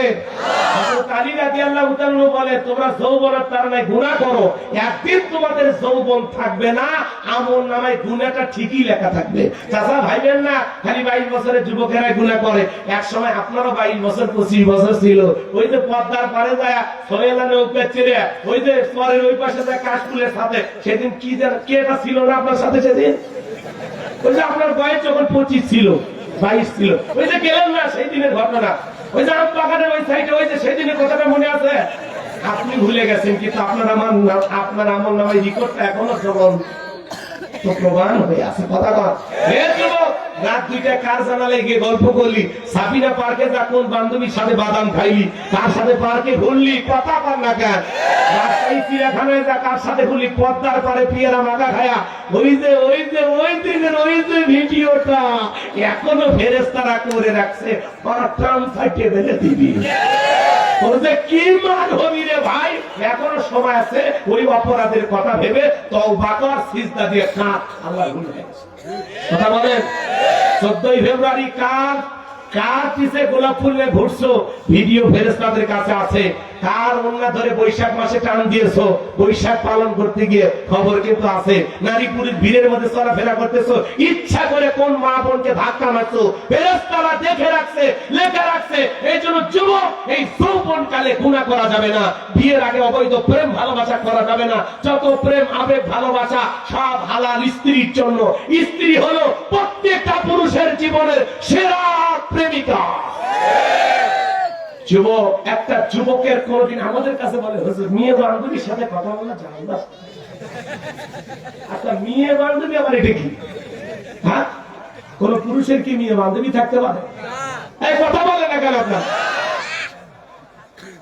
একটা মেয়ে যদি আমার বান্ধবী হয়, তার হাত ধরে যদি আমি চলাফেরা করি, আমি যদি পুরুষ হয় আমার মাথা ঠিক থাকবে? আর হিসে হলে সমস্যা নেই। এজন্য খবরদার, কোন পুরুষের মেয়ে বান্ধবী থাকতে পারে না, আর কোন মেয়ের ছেলে বন্ধু থাকতে পারে না। যদি কেউ বলে আমরা ছেলে মেয়ে বন্ধু আর বান্ধবী, এদের ভিতরে চিনা হবে, গুণা হবে, একদিন এরা বিপদগামী হয়ে যাবে। কথা বলে ঠিক এরা। এই জন্য খবরদার যুবক, এই যুবকের সবচাইতে শ্রেষ্ঠ প্রেমিকা হলো তার স্ত্রী। বিয়ে করার পরে স্ত্রী হবে প্রত্যেকটা পুরুষের জীবনের সেরা প্রেমিকা, আর প্রত্যেকটা নারীর স্বামী হবে জীবনের সেরা প্রেমিক পুরুষ। প্রেমিক পুরুষ। আপনার স্বামী আপনার প্রেমিক। পাগলি বোঝেন, বিয়ের আগে প্রেম করে শিক্ষকের সাথে। শিক্ষক তো বোঝেন প্রেম করছে, মজা নিয়েছে, এখন আর ফোন ধরে না। তখন কি করছে জানেন? মেয়ে তখন অন্বেষণে বসছে শিক্ষকের বাড়ির সামনে। বাড়ি আমার গোদাগাড়ির উত্তর সাইডে। তো তুমি এই জলাহার এই পাড়াতে আসছো, ওই গ্রামের মুখ শিক্ষক কি করছে? আমার স্যার কি করে? আমাকে প্রাইভেট পড়ায়। আর কি না, ওনার সাথে প্রাইভেট পড়তে পড়তে একটা ভিতরে আমাদের স্বামী স্ত্রীর মধ্যে একটা সম্পর্ক হয়েছে। তুমি কি চাচ্ছ? তুমি বলতে পারো না, লজ্জা কি সেবা বলো। এত ভালোবাসা, এই জন্য আমার পেটে এখন 3 মাস। তুমি কি চাও? আমার শিক্ষক আমাকে স্ত্রীর অধিকার দিক। তোমার ছেলের বাড়িতে তালা, খুলবে না কোনো খালা, সামনে পড়াবো তোমার গলায় বিয়ের মালা। এখন কি হবে দশা তুমি বলো? আমি ফোন দিচ্ছি, বন্ধ পাচ্ছি, নিয়োগ করে রাখছি 7 দিন থাকবো। যদি না আসে খালি আমি আত্মহত্যা করে মারা যাবো। যেই নারী বিয়ের আগে একটা পুরুষের বিছানায় যাইতে পারে, ওই ধরনের নারী মরে যাওয়াইছি। কবুল বললি না, বিয়ে হইল না, তোর পেটে বাচ্চা আসে। তুমি মহিলা পরিচয় দাও, তুমি তো পুরো নারী জাতির কলম। একটা নারী তার পবিত্র সম্পর্ক বিবাহ না হওয়া পর্যন্ত তার দামি সম্পদ অন্য কোন পুরুষের বিছানায় দিতে পারে না। কথা বলে ঠিক না? এই জন্য মা, আপনার পা ধরে আমি বলে যাই, বিয়ের আগে কোন অবৈধ প্রেম ভালোবাসা করবেন না। যদি কোন পুরুষ আপনাকে বলে ভালো লাগে, বলে প্রস্তাবটা আব্বার কাছে দে। কত ভালো লাগে, বিয়ে করে ঘরে নিয়ে যা। খবরদার, এখনকার যুবকরা কেটরা কিন্তু খুব চালাক হয়ে গেছে। মোবাইলে মেয়ে পটানোর টিপস সার্চ দিয়ে দেখে যে কোন কথা বললে একটা মেয়ে মানুষ পটে। এটা শিখে ওই কিন্তু ট্রেনিং নিছে, প্রশিক্ষণ নিছে, নিয়ে আপনাকে বলতেছে চোখ দুটি হরিণীর মতো কালো, ঠোঁট ফুটে মনে হয় ফুটন্ত গলা, হেঁটে যাচ্ছে মনে হয় নারী তো নয়, আসমান থেকে নেমে আসা পরী। নিয়ে তো পাগল হয়ে এত রূপে প্রশংসা দিয়েছেন, মোবাইল নাম্বার মিস কর দেব তো হয়ে গেল প্রেম। আপনারা কি আমার কথায় খারাপ লাগতেছে? আমি যা বলতেছি সমাজের বাস্তবতা, প্রত্যেকটা এলাকার ঘটনা। এই ঘটনা আপনার জীবনেও ঘটেছে, এই মাহফিলে যে যুবক বসে আছে ওর জীবনেও ঘটেছে। এজন্য যুবক, বিয়ের আগে অবৈধ প্রেম ভালোবাসা করা জায়েজ নাই, হারাম হারাম। পুরুষের জন্য সেরা প্রেমিকা হলো স্ত্রী, আর নারীর জন্য সেরা প্রেমিক হলো তার বিবাহ করা স্বামী। স্বামী স্বামী নারীর ভালোবাসা কার জন্য? স্বামীর জন্য। পুরুষের ভালোবাসা কার জন্য? স্ত্রীর জন্য। কথা ক্লিয়ার? নো বান্ধবী, নো প্রেমিকা। কথা ক্লিয়ার নাকি? শোনেন, এইবার শোনেন, আরো ক্লিয়ার করি। এই যুবক, বসো, কয়েকটা মিনিট আর দিবেন না নাকি? দোয়া করলে খুশি হবে। তাকবীর লিল্লাহ, তাকবীর। হে যুবক, যৌবনের পরীক্ষা দিয়েছিলেন আল্লাহর নবী ইউসুফ আলাইহিস সালাম। যুবক একটা গোপন কক্ষে নিয়ে গেছে, কাছে যা বলে, দিলে বড় জ্বালারে পাঞ্জাবিওয়ালা, হুজুর তো কিছুই বোঝে না, হুজুর সবই বোঝে, নারীর সালা কালা বোঝে না। জলেখা কাছে যায় বলে, ইউসুফ রে, তোমার চোখ দুটা বাড়ি সুন্দর। ইউসুফ আলাইহিস সালাম ডেকে বলে, এই চোখ যে আল্লাহ সৃষ্টি করেছে সে আল্লাহকে ভয় করো। জলেখার অন্তরে কি আল্লাহর ভয় আছে? নাই। জলেখা কাপড় গুলো ছিটতেছে আর দেবতার মুখ গুলো ঢাকতেছে। ইউসুফ নবী ডেকে বলে, কাপড়ে ঢাকিলে তুমি দেবতার মুখ, কি দিয়া ঢাকিবা তুমি বিধাতার মুখ। এ যুবক, গোপন একটা কক্ষে, পৃথিবীর কেউ নাই, শুধু ইউসুফ নবী আর জলেখা। চিন্তা করো যুবক রে, চিন্তা করো, এরকম চান্স পেলে তুমি কি করবা? বোঝা কিন্তু পুরো পৃথিবীর মানুষের হয়ে গেছে, ওইদিকে আমি নাই বা গেলাম। ইউসুফ নবীর কাছে এসে জলেখা যখন তার কামনা বাসনা পূর্ণ করার জন্য আগাইতে চায়, ইউসুফ নবী আল্লাহকে ডেকে বলে, আল্লাহ, জলেখার মনের অবস্থাকে আমি বুঝতে পেরেছি, এখান থেকে একমাত্র আপনি পারেন আমাকে বাঁচাইতে। ইউসুফ নবীর অন্তরে কার ভয়? ইন্নী আখাফুল্লাহ, অন্তরে আল্লাহর ভয় নিয়ে পয়গম্বর আল্লাহর উপরে তাওয়াক্কুল করে ডেকে বলেন, আল্লাহ, আপনার উপরে তাওয়াক্কুল করে, আপনার উপরে ভরসা করে নিজের ইজ্জত আর সম্মানকে বাঁচানোর জন্য দৌড় মারার দায়িত্ব আমার, আর আপনার কুদরত থেকে তালা খুলে দেওয়ার দায়িত্ব আপনার। ইউসুফ আলাইহিস সালাম আল্লাহর উপরে তাওয়াক্কুল করে যখন দৌড় মারলেন, আল্লাহর কুদরত থেকে প্রত্যেকটা দরজার তালা খুলে গেছে। বলুন সুবহানাল্লাহ। এবার শেষ দরজায় জলেখা পেছন থেকে মারছে থাবা, ইউসুফ নবীর জামা ছিঁড়ে গেছে। ইউসুফ নবী বলে, জামা ছিঁড়ে যায় যাক, ইজ্জত দেওয়া যাবে না। এইবার শেষ দরজায় তাকায় দেখে, কথা আছে যেখানে বাঘের ভয় সেখানে রাত হয়। জলেখার স্বামী আজিজ মিসর দাঁড়ায় আছে। স্বামীকে দেখা মাত্র জলেখা নেকা কান্নার অভিনয় শুরু করে দিল। দেখেন না, কিছু কিছু মহিলা কথা বলার আগে কান্দে দেয়। দুনিয়াতে আবার কেউ না, কেউ নিতে পারছে কিছু। যে মহিলা কথায় কথায় কান্দে, যার চোখে বাড়ি লাগাই থাকে, বুঝবেন ওর কত ভেজাল আছে। চোখের পানি লেগে থাকে, মানে কান্দে মামলা জিততে চায়। যার বউ বেশি কাঁদবে না, ধমক দেবে, চুপ, কাঁদবি না। ঘটনা কি হয়েছে খুলে ক। তোর ঘটনা শুনে যদি মনে হয় কাঁদা উচিত, স্বামী স্ত্রী একসাথে জামাত করে কাঁদা হবে। রাগ করতেছেন নাকি আপনারা? এইবার জলেখা নেকা কান্নার অভিনয় কইরা স্বামী আজিজ মিসরকে ডেকে বলে, ইউসুফকে ছেলের মতো দেখতাম, আজকে সুযোগ পায় আমার ইজ্জতের দিকে হাত বাড়াইছে, আরেকটু দিকে হয়ে গেল আমার সর্বনাশ হয়ে যেত। মিথ্যা দর্শনের তহমত দিয়া, মিথ্যা দর্শনের অপবাদ দিয়া আল্লাহর নবী ইউসুফ আলাইহিস সালামকে 9.5 বছর জেলখানায় বন্দী করে রেখেছিল। আজকে যারা আলেমদেরকে মিথ্যা দর্শনের আসামি বানায়া জেলখানায় বন্দী করে, যারা এই যুগের ডিজিটাল জলেখা, তারা আলেমেরা কোনদিন ধর্ষণকারী হতে পারে? যে ট্রাইব্যুনাল গঠন করে আল্লামা সাইদি হুজুরকে ফাঁসির আসামি বানানো হয়েছে, মৃত্যুদণ্ডের রায় দেওয়া হয়েছে, আজকে নিজের তৈরি করা ট্রাইব্যুনালে নিজের নামে ফাঁসি রায় হয়েছে। সাইদি হুজুরের মৃত্যুদণ্ডের রায় হলো, সারা দেশের মানুষ রাজপথে নামলো, ঝাঁটানি মিছিল করলো, 2 শতাধিক মানুষ জীবন দিল, আর 16 বছরের প্রধানমন্ত্রী, তার বিরুদ্ধে ফাঁসির রায় হয়। মানুষ মরা তো দূরের কথা, মশাও মরে না। কি করলেন? কি ট্রাইব্যুনাল গঠন করে গেলেন? আপনাদের দেখানো পথে এখন ওনারা চলতেছে।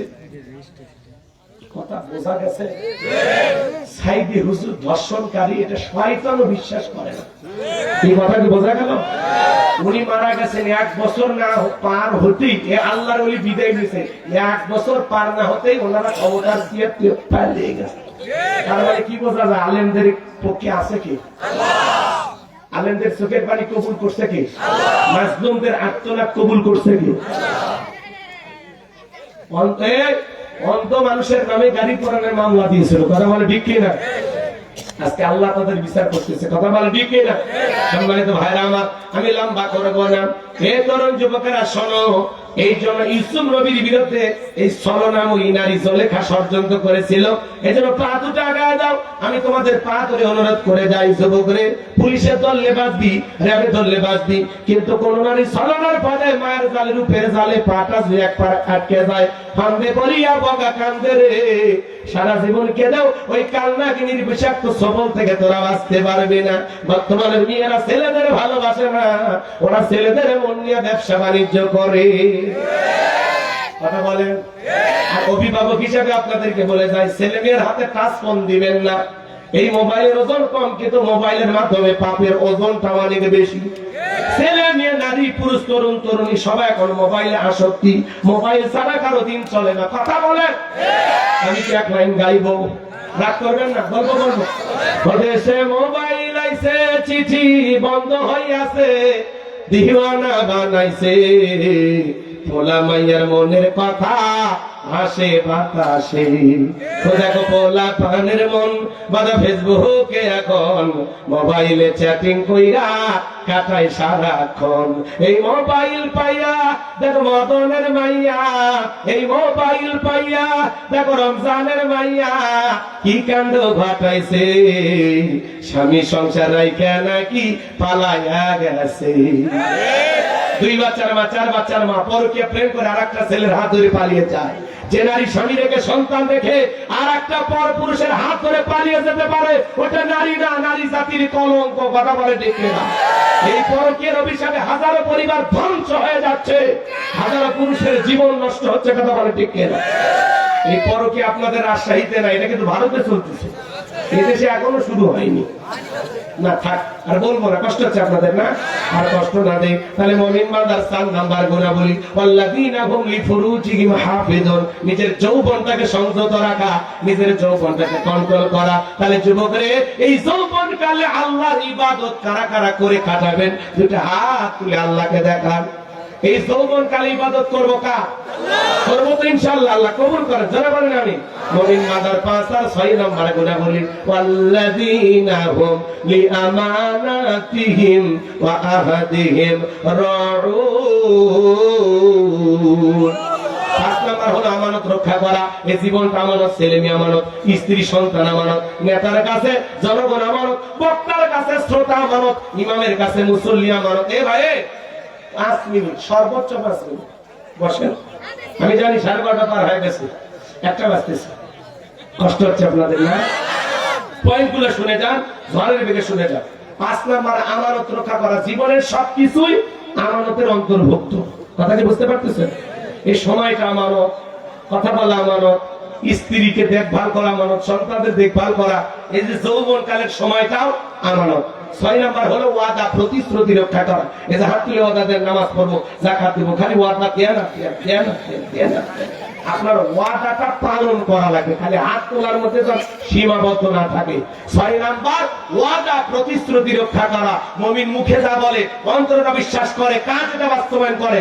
মুমিন জবানে ঠিক, অন্তরে ঠিক, কাজে ঠিক, তাহলে মুমিন রাইট। কথা জবানের কথার সাথে অন্তরে মিল থাকা লাগবে, কাজেরও মিল থাকা লাগবে, কথাই কাজে বাস্তবায়ন করা লাগবে। তাহলে মুমিনের 6 নাম্বার গুনাহ বলি, প্রতিশ্রুতি ঠিক রাখা, ওয়াদা ঠিক রাখা। 7 নাম্বার হলো ওয়াল্লাযীনা হুম আলা সালাওয়াতিহিম ইউহাফিজুন। 7 নাম্বার হলো যত্ন সহকারে সালাত আদায় করা। যে ব্যক্তি আসরের পরে মাগরিব পর্যন্ত মসজিদে মন টাঙানো থাকে, মাগরিব পরে এশা পর্যন্ত মসজিদে মন টাঙানো থাকে, এদিকে খেয়াল করে শুনে যান বাজান আমার। আল্লাহ 1 নাম্বার সালাতে শুরু করলেন, 7 নাম্বার সালাতে শেষ করলেন। তাহলে সালাতের গুরুত্ব কম না বেশি? শোনেন শোনেন, শুধু একা নামাজ পড়লে হবে না, স্ত্রী সন্তানদেরকে নামাজি বানানো লাগবে। সূরা তাহরিমের 6 নম্বরে আল্লাহ কি বলেছেন? হে ঈমানদারগণ, হে বিশ্বাসীগণ, নিজেরা জাহান্নামের আগুন থেকে বাঁচো, তোমার হাল পরিবার পরিজনকেও জাহান্নামের আগুন থেকে বাঁচানোর চেষ্টা করো। একটা পরিবারে 6 জন সদস্য, সবাই যদি নামাজ পড়ে ভালো লাগে না খারাপ লাগে? পৃথিবীর সফল বাবা তারা ছেলের হাত ধরে মসজিদে নিয়ে যায়, যারা আজকের শিশু আগামীর বাংলাদেশ। ছোট ছোট বাচ্চাদেরকে মসজিদমুখী বানাবে, ছোট ছোট বাচ্চাদেরকে মসজিদে নিয়ে যাবেন। কিছু মুরব্বী আছে, চাচা সাবধান, মুরব্বী গেলে এই মুরব্বী চাচা ছোট বাচ্চারা গেলে দুষ্টমি করলে কিন্তু ধমক দেয়, খারাপ ব্যবহার করে। চাচা খবরদার, ছোট বাচ্চা মসজিদে গেলে ধমক দেওয়া যাবে না। ওই বয়সে একটু দৌড়ে দৌড়ি করবে, হ্যাঁ মসজিদের যাই নামাজ জড়াবে, টুপি ধরে টান দিবে, দাড়ি ধরে টান দিবে, একটু লাফাবে ঝাঁপাবে। আর আর জন্মই হয়তো লাফানোর জন্য। ও লাফাবে নাকি আপনি 60 বছরের 70 বছরের মুরব্বী লাফ দেবেন? আপনি নাচ দিলে আপনার নাচ স্কুল ঠিকঠাক কি অতএব করে লাফাইতে দেন। রসুলের 2 নাতি হাসান আর হোসাইন মসজিদের নববীতে লাফালাফি করে। জুমার নামাজে খুতবা দিচ্ছেন আল্লাহ রসুল, খুতবা থামায় 2 নাতিকে ধরলেন, কাছে নিয়ে আসলেন, খুতবা দিলেন। সুবহানাল্লাহ। একদিন মাগরিবের নামাজ পড়তেছেন, হোসাইন মনে করতেছেন না ঘোরা হয়েছে, আস্তে করে যা পিঠের উপর বসে আছে। অনেক সময় পার হয়ে যায়, নামে না। আল্লাহ রসুল যখন হাত দিয়ে নামাইতে চায়, আল্লাহ বলে নবী নামাবেন না, যতক্ষণ মনে চায় হোসাইন ততক্ষণ পিঠে থাকবে, আপনার নামাজের কোনো সমস্যা হবে না। আপনার মতোই আমি আল্লাহ হোসাইনকে ভালোবাসি। সুবহানাল্লাহ। এই জন্য শিশুদের সাথে ভালো আচরণ করবেন। চাচা মিয়া শোনেন শোনেন, ছোট বাচ্চাকে বলেন বাবা কোন ক্লাসে পড়ো? ক্লাস 3 তে। তুমি মনে ভালো ছাত্র না, 10 টাকা দিব পুরস্কার। আমি যেই কায়দায় ওযু করব তোমাকে এইভাবে ওযু করে দেখানো লাগবে, যদি পারো কয় টাকা পুরস্কার। বাস। এখনকার বাচ্চারা তো কম্পিউটার, জন্ম নিয়ে নাসা বিজ্ঞানী ফেল, এদের বুদ্ধি কিন্তু কম মনে করেন না। কথা বলেন আপনারা। আপনি 6 মাস বয়সে এখন থেকে মোবাইল চালা, পিচ্ছি, সব বোঝে। তার মানে কি বুঝেছেন? বুদ্ধি আছে। শোনেন, ওই বাচ্চা দেখবেন আপনি যে পদ্ধতিতে ওযু করছেন, 10 টাকা লোভে পড়িয়া আপনাকে অনুসরণ করে ওইভাবে ওযু করবে। আপনি 10 টাকার হাদিয়ার কারণে একটা ছেলে ওযু শিখে গেল। আমাদের উপস্থিতটা বোঝে না, বলেন ভাতিজা যেভাবে উপস্থিতটা করবো যদি করতে পারো, একটু কৌশল করে শিখাই দিন। আপনি মরে গেলে আপনার কবরের পাশে তারা, আপনার খাটিয়ার পাশে তারা এই ছেলেটা কাঁদবে আর বলবে এই চাচা আমি আমার নামাজ শিখেছিল, এই চাচা আমি আমার ওযু শিখেছিল। কথা বলেন। আপনার মরার পরে গ্রামে 2-4 জন বাচ্চা যেন কাঁদে, এরকম মানুষ হন। কি চাচা পারবো? তাহলে ছোট বাচ্চাদের সাথে খারাপ ব্যবহার করা যাবে না। আরে যুবকদেরকে বলে যায়, যুবকেরা ছেলেরা কোথায় বাবা আর্মি চাকরি করে নাকি? ইসবা ভাই কোন? ইসবা ভাই একটা ছোট্ট অনুরোধ বলে দিয়ে যায়, আপনার যুবকেরা সবাই তো নামাজ পড়বেন ইনশাআল্লাহ। পাশাপাশি আমার একটা অনুরোধ, আল্লাহ টাকা পয়সা অনেক দিয়েছে, জীবনে অনেক টাকা ইনকাম করতে পারবেন।